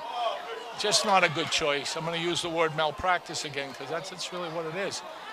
Chaos on first down, Reigns. Helmets are off. It looks like Brian Aguilar is coming out for a play because his helmet escaped. Meanwhile, with some room into the second level on the defense, yeah, it looked like a carry, Kate, for Mizell Vilbrum, who gets the carry from the wide receiver spot. Yeah, great leg drive on that. He was hit with about a 2 or 3 yard gain, and he rolled the thing out for 8 or 9 yards. So it's a short yardage here, second and less than 2. Again, danger time. Need to move the football to their own 30 for the first down as we wind under the 2-minute mark here with the third quarter. Tied at 13. Not to be outdone, here comes Jackson Burden. Indeed, I formation here, and Burden's up under center. Here's the snap. The give is for Burke. Dances crossing the line left, across the 30, 35, and across the Highlander 40, and it is plenty out of bounds officially at the 38-yard line. A first down on a gain of 9 for Malachi Burke. Yeah, we're starting to hit danger zone on the field now, too. It's out to the 38-yard line, first and 10. All the pots look like they're back in there for Doherty. They've got to stop them for about a 2 or 3 yard gain here only. You can't play second and 2. And a credit to the mental toughness of Coach Sean Mulcahy's bunch, who have regained their composure. On first down and 10 to go, the give from Burden to Burke. Races the left edge in a pile, crosses the 45, then midfield, dragged down at the Blue Devil 49-yard line. It is yet another Highlander first down, and now the chains start to move. Yeah, they're running the football well here, but they may pull one of these out and throw. You got to be cautious. Second half time and temperature brought to you by Airport Auto Parts. The second generation of automotive recyclers provides the best customer experience. Let them put their expertise to work for you. Online at airportautoparts.com. 64 degrees under foggy skies here at Commerce Bank Field at Foley Stadium at 8:11 on a Friday night, September the 17th. On first down and 10 to go from the Blue Devil 49, the give was once again for Burke into the pile, stacked up. Only gained a couple there as we wind down to the final minute of the third quarter. Good stop there. I mean, Leominster showing some life up front. It's much tougher now on Doherty playing second and 8, but again, so many weapons. I mean, I'm seeing all these specialists come off the field, come on the field. They got a lot of weapons. Speaking of weapons, Malachi Burke out of the backfield. That's his 14th carry on the night, 79 yards rushing for Burke. Right now, Doherty has 2, 4, 6, 7 different rushers on the night so far tonight. Yeah, they want to pound it out with Leominster here. Second down, 7 to go. Blue Devil 46. Burden keeps it himself. He will bounce it to the second level, angling to the right, crossing the Blue Devil 40, then the 35, and he is olayed out of bounds, shy of the 30 at the 32. Blue Devils defense visibly frustrated there on Burden's gain of 14, and the clock stops with 18 seconds left here in the third quarter. Saw some frustration there on the face of Josh Cormier, gesturing that contain got broke by Burden. Burns an outstanding ball handler. He had that in the belly and out of the belly real quick and turned on the jets to get outside. Here comes Burden trotting in from the near sideline. First down and 10 for the Highlanders at the Blue Devil 32-yard line. Highlanders wearing that home color rush maroon, top and bottom, trimmed in classic gold, the classic gold helmets with the white face mask. The handoff immediately smothered on the play. Blue Devils defense with great push through the middle. Dylan Mosley, the fullback, had the carry, and it loses a handful back across the Blue Devil 35 to the 36-yard line. It'll be second down and about 14 as the final ticks of the third quarter come off the board. 13 all, teams change ends. The all-important fourth and final quarter. When we come back, this is high school football on the K-Zone. That was a great call there by the Leominster defensive staff. They were outnumbered up front, and there's no way they can stop them. No question about that, Coach, as we join you for bonus coverage here on Leominster TV, and you are right on the money. That's something that had to be done. Make a push through the middle of the defense. Yeah, they did. They got them at 2nd and 14, 15 here. They just outnumbered them in the box and made a great play defensively to stop the Doherty rush. And now the action will move its way to the other side of the field. Hope you've been enjoying this one out there on Leominster TV, Comcast, Verizon, streaming the world over at Leominster.tv. Bradley Bedard here high above with us at historic Commerce Bank Field at Foley Stadium, bringing you the beautiful views tonight. You can see the great crowd on hand as well. And it is so great to have you with us each and every week. It's great to get back out on the road, crowd in hand. Well, it's certainly not lacking for excitement tonight, but just so many things that you've got to get these kids corralled and show some discipline. I give Leominster a lot of credit. They've held the zone and they've held their water up to this point. There's just a lot of weapons there for Doherty.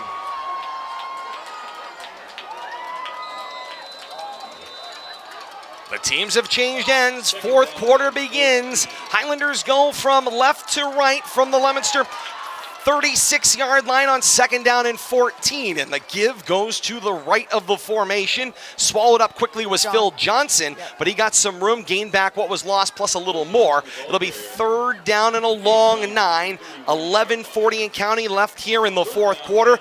Knotted at 13 aside. Great to have you along with us. I think we've definitely hit 4 down territory, although we know that Doherty's got Superfoot out there. Indeed he does. Max Haynes has shown the ability in pregame to hit a 45-yard field goal if called upon. Trips tight into the boundary, short right. Burden takes the snap himself, races toward those trips on the right of the formation. Cross the 25, then the 20, wrapped down on the play there in a nice defensive spot. Good wrap and tackle for Giovanni Roman on a gain of 11. Yeah, to battle that call that the Leominster defense made to get a 5-yard loss on 1st down, they ran a cross trap, and then the quarterback again put the ball in the belly of the running back and said, nope, I'm going to take off the other way. Peak performer of the second half is driven by Viola's Fitchburg Tire and Service. Viola's can get you ready for any season. New tires, brakes, exhaust systems, or your seasonal service needs. Let brothers John and Mike Viola help you stay on the road and in the game. Open 8 to 6, Monday through Friday. Boulder Drive in downtown Fitchburg. Online at violatire.net. Kate, who is that peak performer of the second half? I'll do it right after this play. An immediate handoff by Burden, and the Leominster defense was there. It's Nico Martinez to take out Malachi Burke in the backfield. Have a day, the linebacker Nico Martinez. The takeaways, the recoveries, the play on the offensive side of the ball, it just piles up. Kate, is he potentially nominated? He's certainly not. You're probably not gonna like my call on this, but I'm gonna say the people wearing the zebra stripes, they have kept up with all the craziness. So for me, the peak performer are them. They are earning their money's worth tonight because I would not want to be having to be making all those calls. This is going to be about Burden here. Indeed it will. What can Jackson Burden do on 2nd down and 14? Flag is out from the back, Judge. Delay of game is the signal against the Highlanders. I felt a little quick. It did feel a little quick. If it was an administrative reset, it would have been 25 seconds instead of the full 40. After they walk this one off, back past the Leominster 25, they will move to the Leominster 29-yard line, 2nd down and 13 to go. They need the Leominster 11 for a reset of downs. They have given out more gifts tonight than Santa has given in the last 5 years. They certainly have. Combined. Yeah. And I just gave him peak performer. I got to take it back. Not the officials. 9.5 and counting to play here in the fourth. Knotted at 14. Who wants it more? And now whistles. And a timeout taken on the field. Who asked for it? Terry Wales. Yeah, he wants to talk to his offense. What did he see, Coach? I think he saw just not enough room. I mean, Leominster was overshifted back into the middle, and they want to try to get Burden outside. You saw the last handoff. It was going to be either to Burden or to the running back because the Leominster defender was over the line of scrimmage. I'm still waiting for a screen pass or something to check that pass rush for Leominster, and just haven't had it. Another way to get the ball in the hands of your 3 backs, Johnson, Mosley, and Burke. Well, our buddy number 1 is on the sideline, and I think he is done for the night. That's Kofi Aser, as he is been out since having, it was 2 cramps. It was one in either leg. Tall guy, as we noted earlier for Aser. 6'5", 210, and a lot of leg. And right now his legs seem to be giving him a little bit of trouble. Yeah, careful here. Burden to the shotgun. So they're not going to beat the snap, that's for sure. Phil Johnson joins him. 3 receivers in the formation, 2 to the right. Low snap, fielded by Burden. He's got backside pressure. He avoids one, but can't avoid them both. That's Cormier with the sack in the backfield. And another loss on the play. And they don't have the receiver right now to just throw it up and athletically go up and get it with the big guy out of the ball game. But I think that, you know, again, they've got to do something to try to counteract this Leominster push. 3rd down and 25. 3rd and 25 coming up here. And this is exactly what Coach Sean Mulcahy said to me he needed his team to avoid. He wanted to put Leominster behind the chains. He did not want to be behind the chains. Said that was a real crucial problem in the second half in week 1 against Algonquin. But here they are again, deep behind the chains. 3rd and 25 at the Leominster 38. Shotgun snap with time. Burden looks left, floats long, incomplete to nobody in particular. Nearest receiver was Carperi downfield. It falls incomplete. Triple coverage on the zone over there for Leominster near the numbers. Maybe you could call it 4 with the boundary. Yeah, no, that was just great defense. Ball was thrown high, and the defender was right there with him to take the alley-oop away. You know, they're going to probably look here to punt the football and try to play defense against Leominster. So Leominster's got to be careful on the return. Set your heels on the 10 and don't chase anything behind you. Rob Hawkinson stands at the Leominster 47 to punt. Gets a good snap, puts an excellent boot into it, and what a nice angular punt out of bounds, trying to pin Leominster deep. Back judge comes up. He's passing the 10 and puts it out of bounds at the 16-yard line. 1st down and 10 for the Blue Devils. Their own 16 coming right to left. Knotted at 13. 8:22 to play here in the 4th. That's a good punt. It really is. Well executed. Leominster's got to go the length of the field. It took our excitement away. That last It's the only special teams play that kind of went the way it was supposed to. How dare you do that? that last offensive drive for Doherty, although 4 first downs and 11 plays, took 6 minutes off the clock between the 3rd and the 4th quarter. What a drain for both sides, needing to get some points on the scoreboard. Somebody needs to seize the advantage here. Knotted at 13. Leominster's got the first crack at it. They give it to Nico Martinez from Aguilar, who bounces left. 15, then to the 20. He'll be marked down at the 19-yard line, so it'll only go for a gain of 4. 2nd down and 6. Leominster needs their own 26 for a first down. I like this. Right back to the ball. Right back to the ball. And this is the type of offense that Coach Devin Gates wants to run. He wants to be quick. Blue Devils are the new fast, a la Syracuse University. I'm just waiting for the fast to start. They do have the Great Danes tomorrow from the University of Albany. Yeah. Maybe a win, Todd. That one won't be drawing a a donation from the alumni. A New York battle. The option out to the right. It's Aguilar, gets the right edge, crossed the 20, and spun down at the 23-yard line on the keeper. For the option quarterback, Aguilar gains about 3, maybe 4, 3rd down, 2 to go. Yeah, that's a big play here. Again, they don't want to be punting here. They want to stay disciplined. I saw Leominster do something that I liked when they came out to punt and they tried to long count it and get them to jump. This might be a nice time for it. Leominster only 1 first down on offense since 2 minutes and 34 seconds remaining in the second half. They need to start getting some first downs here. 3rd down, 2 to go. Pistol set for Aguilar with 2 backs with him. Snap, the give. This is Martinez. Tries the middle, bounces out to the right. He's got first down yardage at the 26-yard line, but there was a flag that got launched from 20 yards downfield from the back judge, who was standing near midfield. He will charge in to find Bob Bonsi, and perhaps Call holding. Holding is the signal. It is against Leominster, and it nullifies the first down. Can you tell me how he saw holding from there? There was an umpire that was between him and the line who would also be carrying a flag. It just, you know what, it just takes the game away, and now it's put Leominster in a tough position here. They're going to have to come up with a play. They got to really be defensive here almost. They can't turn it over. Who had that carry? The carry was for Martinez, and it was good for a first down to the Blue Devil 26.5-yard line. Now they'll start the mark off here. The flag was right about at the first down mark, and so here comes the 10-yard march back across the 20-yard line, and they will put the ball down at the Leominster 17-yard line, and it is now 3rd down and 9 to go. Leominster still needs their own 26 for a first. I have a gentleman with a camera next to me. I'm going to ask him if I can take a look at that because I saw no holding on that play. 3rd down and 9 to go. Wouldn't be the first time this has happened to a team in high school football. Aguilar back to pass. Boutros flushes him to his right. Flips the pass complete to Cabrera with some room. Crossed the 20 and out of bounds. Got pushed late into the Leominster bench. Coach is in there to peel the players out. Coach Devin Gates says he got shoved after he crossed the boundary, and he's not going to get a flag for it. Brings up 4th down. Leominster in their own territory. It's 4th down and relatively short. They're still standing up. It looks like actually the chains may have broke with the players going in there. They're struggling to get it to stand at the 26-yard line. Ball spot the 24. 4th down and 2 to go. Dougherty, not a good job tackling there. A lot of stuff from up top. No wrap.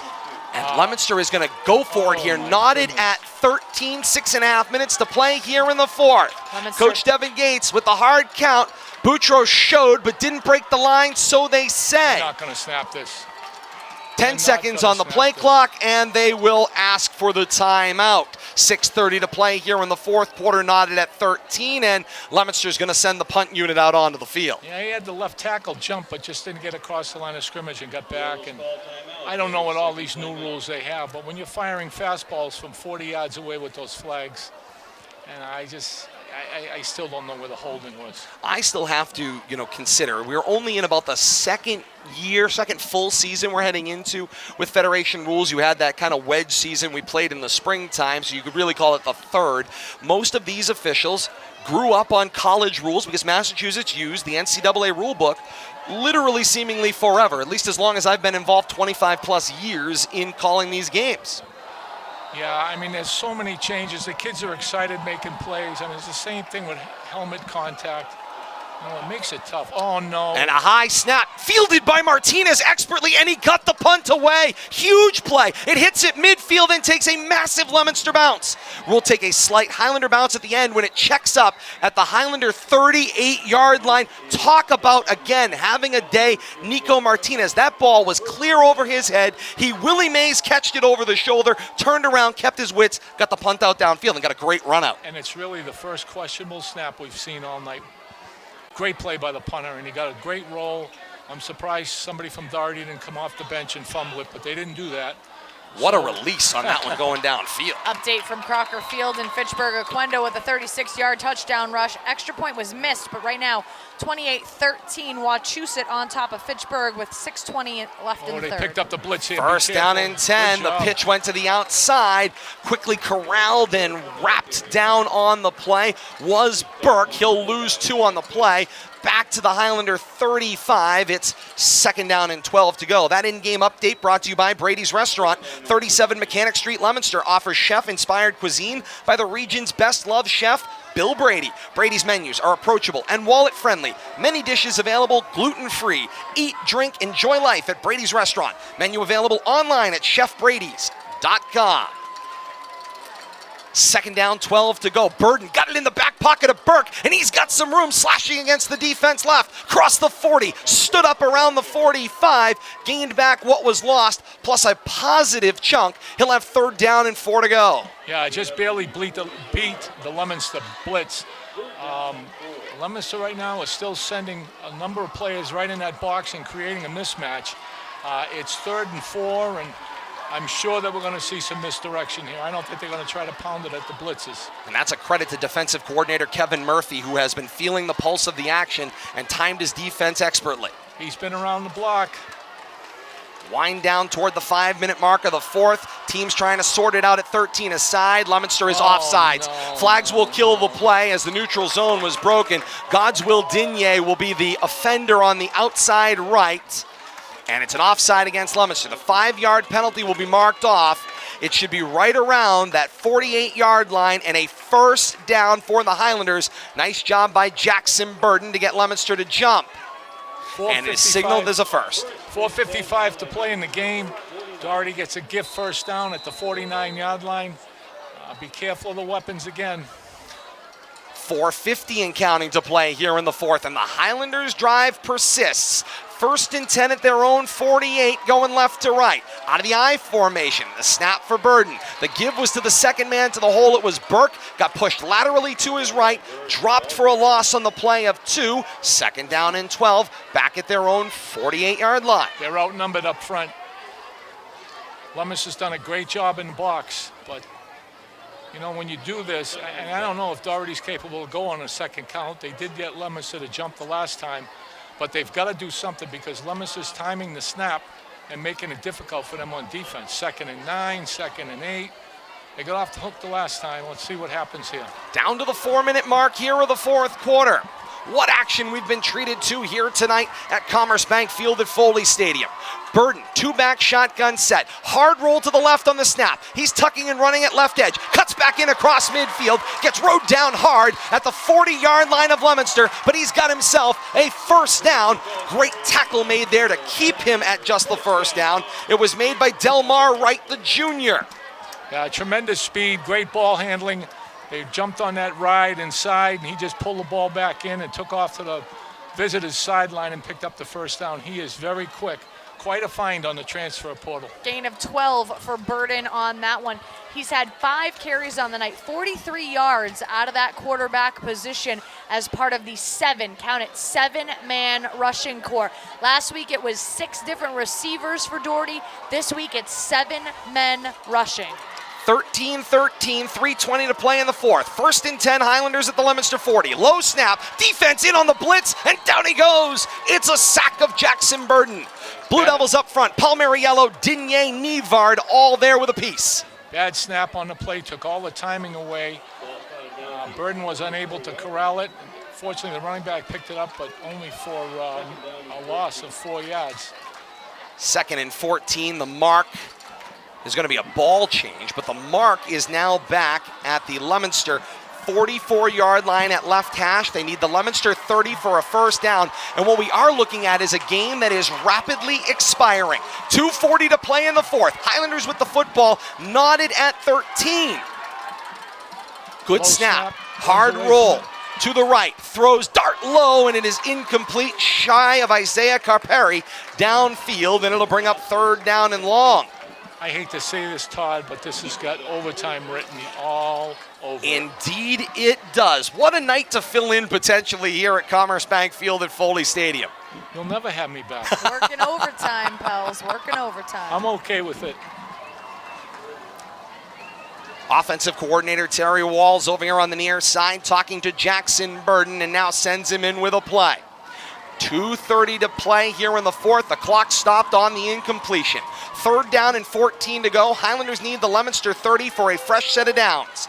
13-13 here in the fourth, week 2. Both teams 0-1 and would like their first win of the year. It is a design keeper for Burden. Nice Tries to set up the blocks, gets the edge, cross the 40, and gets chipped out of bounds around the 37-yard line of Leominster. It will leave him gain back what was lost, plus a 4th down and 9 to go. Tough decision here. You're almost in no man's land at the 38, but it looks like Doherty's going to go here. Well, Burden not happy. He clapped his hands, and he's heading to the sideline. So Burden is going to be off the field. They're going to go in punt formation. I agree with the call here. Punt. In high school football, it seems you have 20 timeouts each half. If they can hold Leominster and maybe get a late punt and do something with field position there. Flag is out. Down. Hawkinson gets the snap, gets a great release. It didn't quite check up for him at the goal line, but let's see what the flag is. Any 5-yard penalty would not reset the sticks. It would still be 4th down. It's a 5-yard signal for Bob Bonsi. It is procedure against the Highlanders. So back them up 5 yards. Try the kick again. Right now, Leominster's got the football 1st and 10 at their own 20. After the touchback, Leominster declines. And that's the right call. It's the right call because they're not going to get caught with the football inside the 20. They got a little room to move and a little room to breathe with their new players. There's time to get this done. I believe Leominster has 4 timeouts left in this half. Plenty of time. Just the 3 timeouts left. 3 timeouts left. Okay, adjusted down. I see it. Okay. 2:14 to play here in the fourth quarter. 13 all. Leominster with their opportunity with the football. And Brian Aguilar's at the quarterback spot. 3 receivers out in the formation, 2 backs split with him in the pistol backfield. Aguilar asks for the ball, puts it in the hands of Cabrera. Cabrera trots to the right edge, turns the corner, across the 25, then the 30. Got out of bounds. Indeed he did, which stops the clock at 2:06 left here in the 4th. And it's right close, but a yard shy. 2nd and a yard to go for another first down. Leominster's getting off the football here and doing a great job. They're getting the corner, running the football. They can use the sideline as their best friend right now. There's still plenty of time in this ball game with the 3 timeouts that remain. One thing to remember, the second half, first downs for Leominster have been a commodity. Only 1 first down out of 5 offensive drives thus far for Leominster in the second half. They need to move the ball in chunks. I'm going to come back to you, Kate, on that point in a second. 2nd and a yard. The give was from Martinez. Found some room off the left of the formation and batters his way to the 35-yard line. And it's a Leominster first down. Clock stopped for an injury down on the field. Looks like Boutros was slow to get up. They'll reset the sticks, and this actually benefits Leominster a little bit here as the clock will slow down. Kate, I want to ask you, because while I agree it's 5 drives and Leominster hasn't had the football much, I think time of possession might be the thing that would stand out here in the second half. They've had 5 drives, but they haven't had the football for that long. 7.5 minutes. 7.5 minutes of offensive play clock for Leominster in the entire second half. Leominster coming right back to the line of scrimmage here. And you know what told me that, Kate, before we even got to you on that? It was the 2 quick turnovers. They gave the ball right back to the Highlanders quickly on those first 2 drives of this second half. The signal to wind the clock begins. Leominster first down and 10 to go. Their own 35 coming right to left. Pistol set with 2 backs. Aguilar the snap. Give it for Cabrera. Cabrera gets himself to the right edge, angled toward the sideline the whole way. Cross the 40 and out of bounds at around the 42-yard line. Gains 6. 2nd down and 4. 1:43 left, and again, they have those 3 timeouts. They're running to the boundary and getting those free clock stoppages. They're moving the football well. It's 2nd and real short here. If they do come up with a touchdown or a field goal, they're not going to leave a lot of time on the scoreboard for Dougherty. Pistol formation here. Aguilar scans his options and asks for the ball. Fakes the give. He's going to keep it himself with some room to the left edge. He will work his way to the 45, out of bounds at the 47-yard line, and that is enough for another Leominster first down and 10 to go at their own 47-yard line. Clock stopped with the player out of bounds. 96 seconds left in regulation. And Mike, I'm a little bit surprised. Doherty's defense has been giving Leominster plenty of room to be able to angle out to the sideline. They're making no attempt to make Leominster stay in bounds. They're not cutting off their progress to that outside boundary. And Leominster just taking, okay, you want to give me 5 yards and a first down and let me stop the clock? I'll take all 3, thank you. This team is gassed. 1st and 10. Their own 47 for Leominster going right to left. A bullet of a shotgun snap. Aguilar rolls out. He's going to go for it all. Downfield into double coverage. There is a flag out on the jump ball. Jack Fish became a defender there and swatted it away. Even though he was the intended receiver, he didn't have the best chance of catching the ball. I think it's an ineligible receiver downfield. 54 looked like he was down to about the 45-yard line. And here's the signal from Bob Bonsi, and that is the signal. Oh. Ineligible receiver downfield. 3rd time we've seen that called tonight. 2nd on Leominster, and it looks like Coach Mulcahy wants to decline that penalty. He wants the down. He's got it. They decline it. Take the down. 2nd down and 10 to go. Leominster at their own 47 going right to left. 1:28 to play in the 4th quarter with the clock stopped on the incompletion. You know, as a lineman, when you see that quarterback going to take the edge, you want to try to get downfield and give him some help, but just way too far downfield. Too far. Way too far. Aguilar in that pistol set deep. Good snap, back to pass, sets, looks over the middle, looks for Encarnacion, and incomplete. Juan Reynolds there again. He has been shadowing Encarnacion since Encarnacion made some great plays in the first half of action. That's about the 3rd time today Reynolds has separated Encarnacion from the football. Yeah, and as we look at it now on the incompletion, the clock stops, and now the momentum comes back Dougherty's way. Another update from Crocker Field. Wachusett with a 1-yard touchdown run. 34-13 Wachusett on top of Fitchburg in the 4th. Mountaineers potentially on their way to their first victory of this 2021 fall season. Back to pass. On third down, batted away again. They were looking for Cabrera out of the backfield, and who is it? Juan Reynolds again denies another Leominster pass downfield. All three of the passing attempts, Mike, all three have been completely telegraphed. They're not checking down to other receivers. They're going to one side of the field, is Aguilar the quarterback, and they are essentially blinding out anything else. They are zeroing in on one target, and that means the Doherty and their athletes are able to jump the route. Way too quick to be doing that. He almost took that the other way. 13-13, fourth down, 10 to go. Leominster's got a punt. From his own 35, Martinez gets the snap. This one off the side of his foot, angled toward the boundary 32, right. 32. Checks up, right about that 32-yard line. Great call, Mike Pellin, right on the 32-yard line. 1st and 10 for the Highlanders with about 68 yards in front of them. Every once in a while, a squirrel finds a nut. There it is. Sorry. Central Communication Systems brings us this second half action. Don't trust your next AV or security system project to a novice. The experts at Central Communication Systems are the key communications provider for thousands of businesses around New England, including Worcester's new Polar Park. Learn more at central-inc.com. Since 1991, the region's communications systems experts, Central Communication Systems. They have to get a spy on Burden here. This is going to center around him. They can't let him get out of that pocket and carry the football downfield. The Leominster defense Mess can't on the give up. line. Excuse me, I've got to cut in here. The Highlanders seem to move on the hard count by Burden. Leominster collided with the line. The line judges are going to have to meet and agree on who did what. Offsides the call. It'll be a 5-yard penalty against Leominster. 1st down and 5 to go for the Highlanders. Katie, I really like number 0. Encarnacion? Yeah, I do. I like him, and I think he could handle that. But they've got to keep him in the box. They've got to keep him there, get some pressure on him, get their hands up. He's not a big, tall guy. Can't give up a big play, right, Mike? No, Leominster you can't cannot give up a big play here. He looks like he'd make a pretty good point guard, this kid. Indeed he might. 1st down and 5 to go. Coach Kevin Grutchfield on standby. There's movement on the left. Now whistles kill the play, and all of a sudden we've lost containment on this game again. So we're back to 1st down and 10 after they walk this one back to the original spot as teams exchange flags at the Highlander 32, going left to right.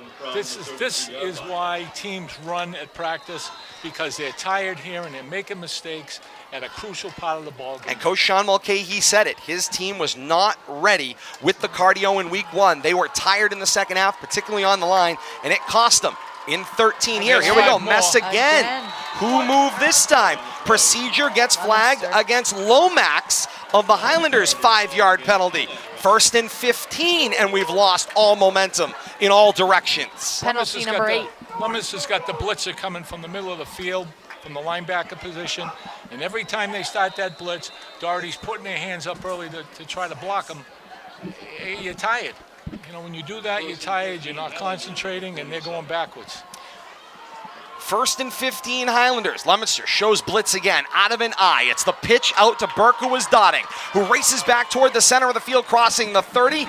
Gets 2 men to stand him straight up at the 32-yard line. Gains back what was lost, plus maybe a skosh more. 2nd down and 9, we'll say at the Highlander 33-yard line. They need their own 42 for a first. We are crossing the 52nd mark of the 4th quarter, tied at 13 here in regulation. I think with that play call, Doherty pretty much content to run this one out and go to OT. And go to the top and bottom, play the innings here coming up. 2nd down and 8. Give it to Burke, gets to the edge with some room, gets stood up at midfield, dropped at the Leominster 49.5 yard line. 32 seconds left here in the 4th quarter. It's a gain of 17 for Malachi Burke. Highlanders trying to work quickly here so that they're ready at the line. Burden directs traffic out of the eye. 25 seconds left here in the 4th. The snap, it's option to the left. Burden with the football. He'll keep it to the left edge. Cross the 40. Spun down and kept in bounds by the Leominster defense, but it's another Highlander 1st down with 18 seconds left here in the 4th quarter.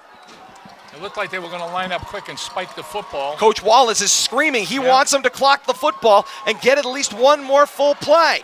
Are the Highlanders ready at the line? Everybody's moving. They're going to let it go as a clocked incompletion. 14 seconds left in regulation. 2nd down and 10 at the Blue Devil 38-yard line, going left to right. Now, I think they're going to need another 20 yards here, though. Get out of bounds or call a timeout and get their field goal team on the field. Max Haynes good from 45 yards prior to the start of this one. Can you imagine? So it's 17 yards, right, with the 10 yards, and then for the end zone, and then the 7 yards for the snap. More or less, yes. So 45. I got to do some math here, kids. 14 seconds left here in the 4th. Knotted at 13. There was a loose towel, by the way. This could play in because everybody's found the landmines tonight. It's sitting around the 44-yard line. Here's Burden, hard rollout. He slipped. He is now reversing fields back to his left. Got a man wide open. Looks downfield, wide open. The catch is made. Slips a defender. Cuts back. Leominster defense stands up. 2 seconds. Now 1. 000's on the board. And that looks like the end of regulation, although the officials were waving as if the timeout was good. That would be well within the range for Max Haynes and a field goal. There are 3 zeros showing on the board as in regulation is over. The catch was made downfield by Asari in a huge moment for the Highlanders. He was wide open at the left of the formation, back into the game after sitting out with cramps. There is no possible way they got that timeout. 23-yard pitch and catch to Asari. It's his first reception of the night. He's been the decoy all night long until right then. And they grant the timeout. Bob Bonsi is holding up one finger, said there's 1 second left in regulation. Coach Devin Gates, Coach Kevin Murphy, they are unglued over on the far side, and with good reason. Having to be held back by coaching staff on the far side. That is terrible.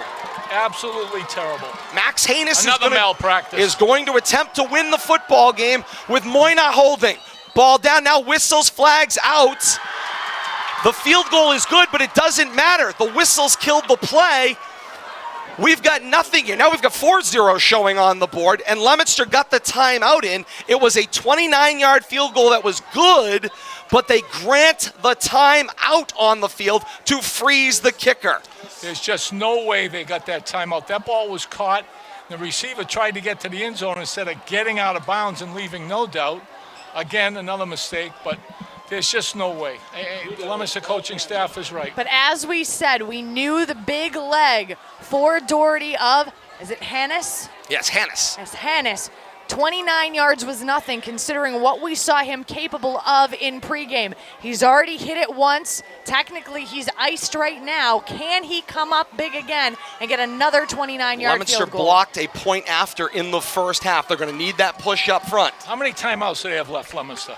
Should have 2 by my count. Bring them to the line and call another one. No. Seriously. They will mark them off. Call another one. Moyna to hold. Haynes for the point after. Ball down on the field goal attempt. It is up from left to right, the angle. It splits the uprights. Time has expired. And the win belongs to Doherty on a 29-yard field goal for Max Haynes. And the team rushes the field and celebrates. The Highlanders have got themselves a win by a 16-13 score. Yeah, you're going to see an unhappy coaching staff going after officials. That was terrible. Coach Devin Gates terrible. finds Coach Mulcahy. Coach Gates is over speaking to Bob Bonsi at the conclusion of this one. He wants to know how anybody was able to successfully get the timeout, and he is well deserving of that question. All we can do is review the game after the fact. They continue to plead their case. It is ugly out on the field. Among the adults, the players are lining up for handshakes at midfield. Maxwell Hannes, though, Cinderella story with the 29-yard field goal for the win with 1 second remaining in the game. And why shouldn't it be? Special teams has been the story all night long, and it is again at the conclusion. A 29-yard field goal for Max Haynes is good, and Doherty wins this one 16-13. Oh my. The get-back coach is furious, and I don't blame him. For Leominster, it is their 5th straight loss against Doherty. 5th straight not in right. 6 tries. It's not right. They had the ball game taken away from. We should be talking overtime right now. Not that I wanted to, but that's what it was. But that certainly seemed it like should be. where we are heading, and this is one of those questions. With technology now coming, you're seeing it in southern states, Alabama, Texas, Florida, and out west in California. Instant replay is a thing in high school sports. It's certainly expensive, it's certainly difficult to manage, but at this point, that travesty would not have been allowed to stand. No way. You can't call timeout running down the field. He should have either got down and called timeout or run out of bounds. He caught the ball right near the sideline anyway.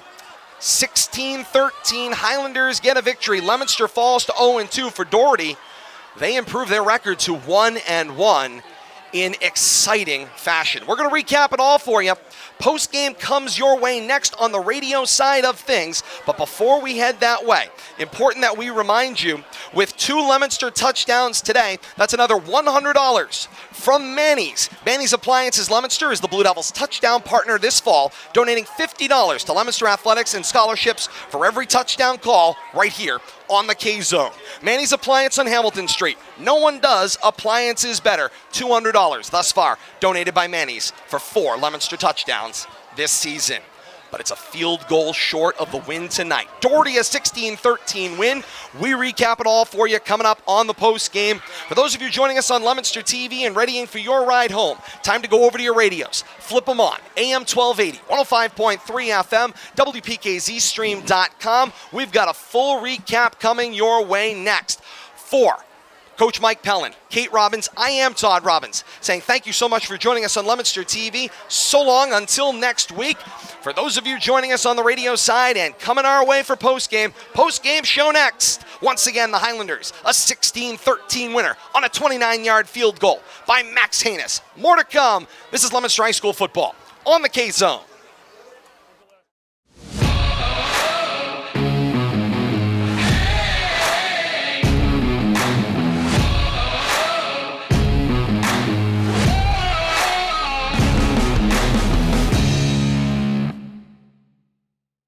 LTV's Action Sports is brought to you in part through the generous support of these Leominster sponsors. Richardson Funeral Home, www.richardsonfuneralhome.net. The Il Camino Restaurant, www.ilcamino-restaurant.com. And by MP Crowley Company Incorporated, www.mpcrowleyinc.com.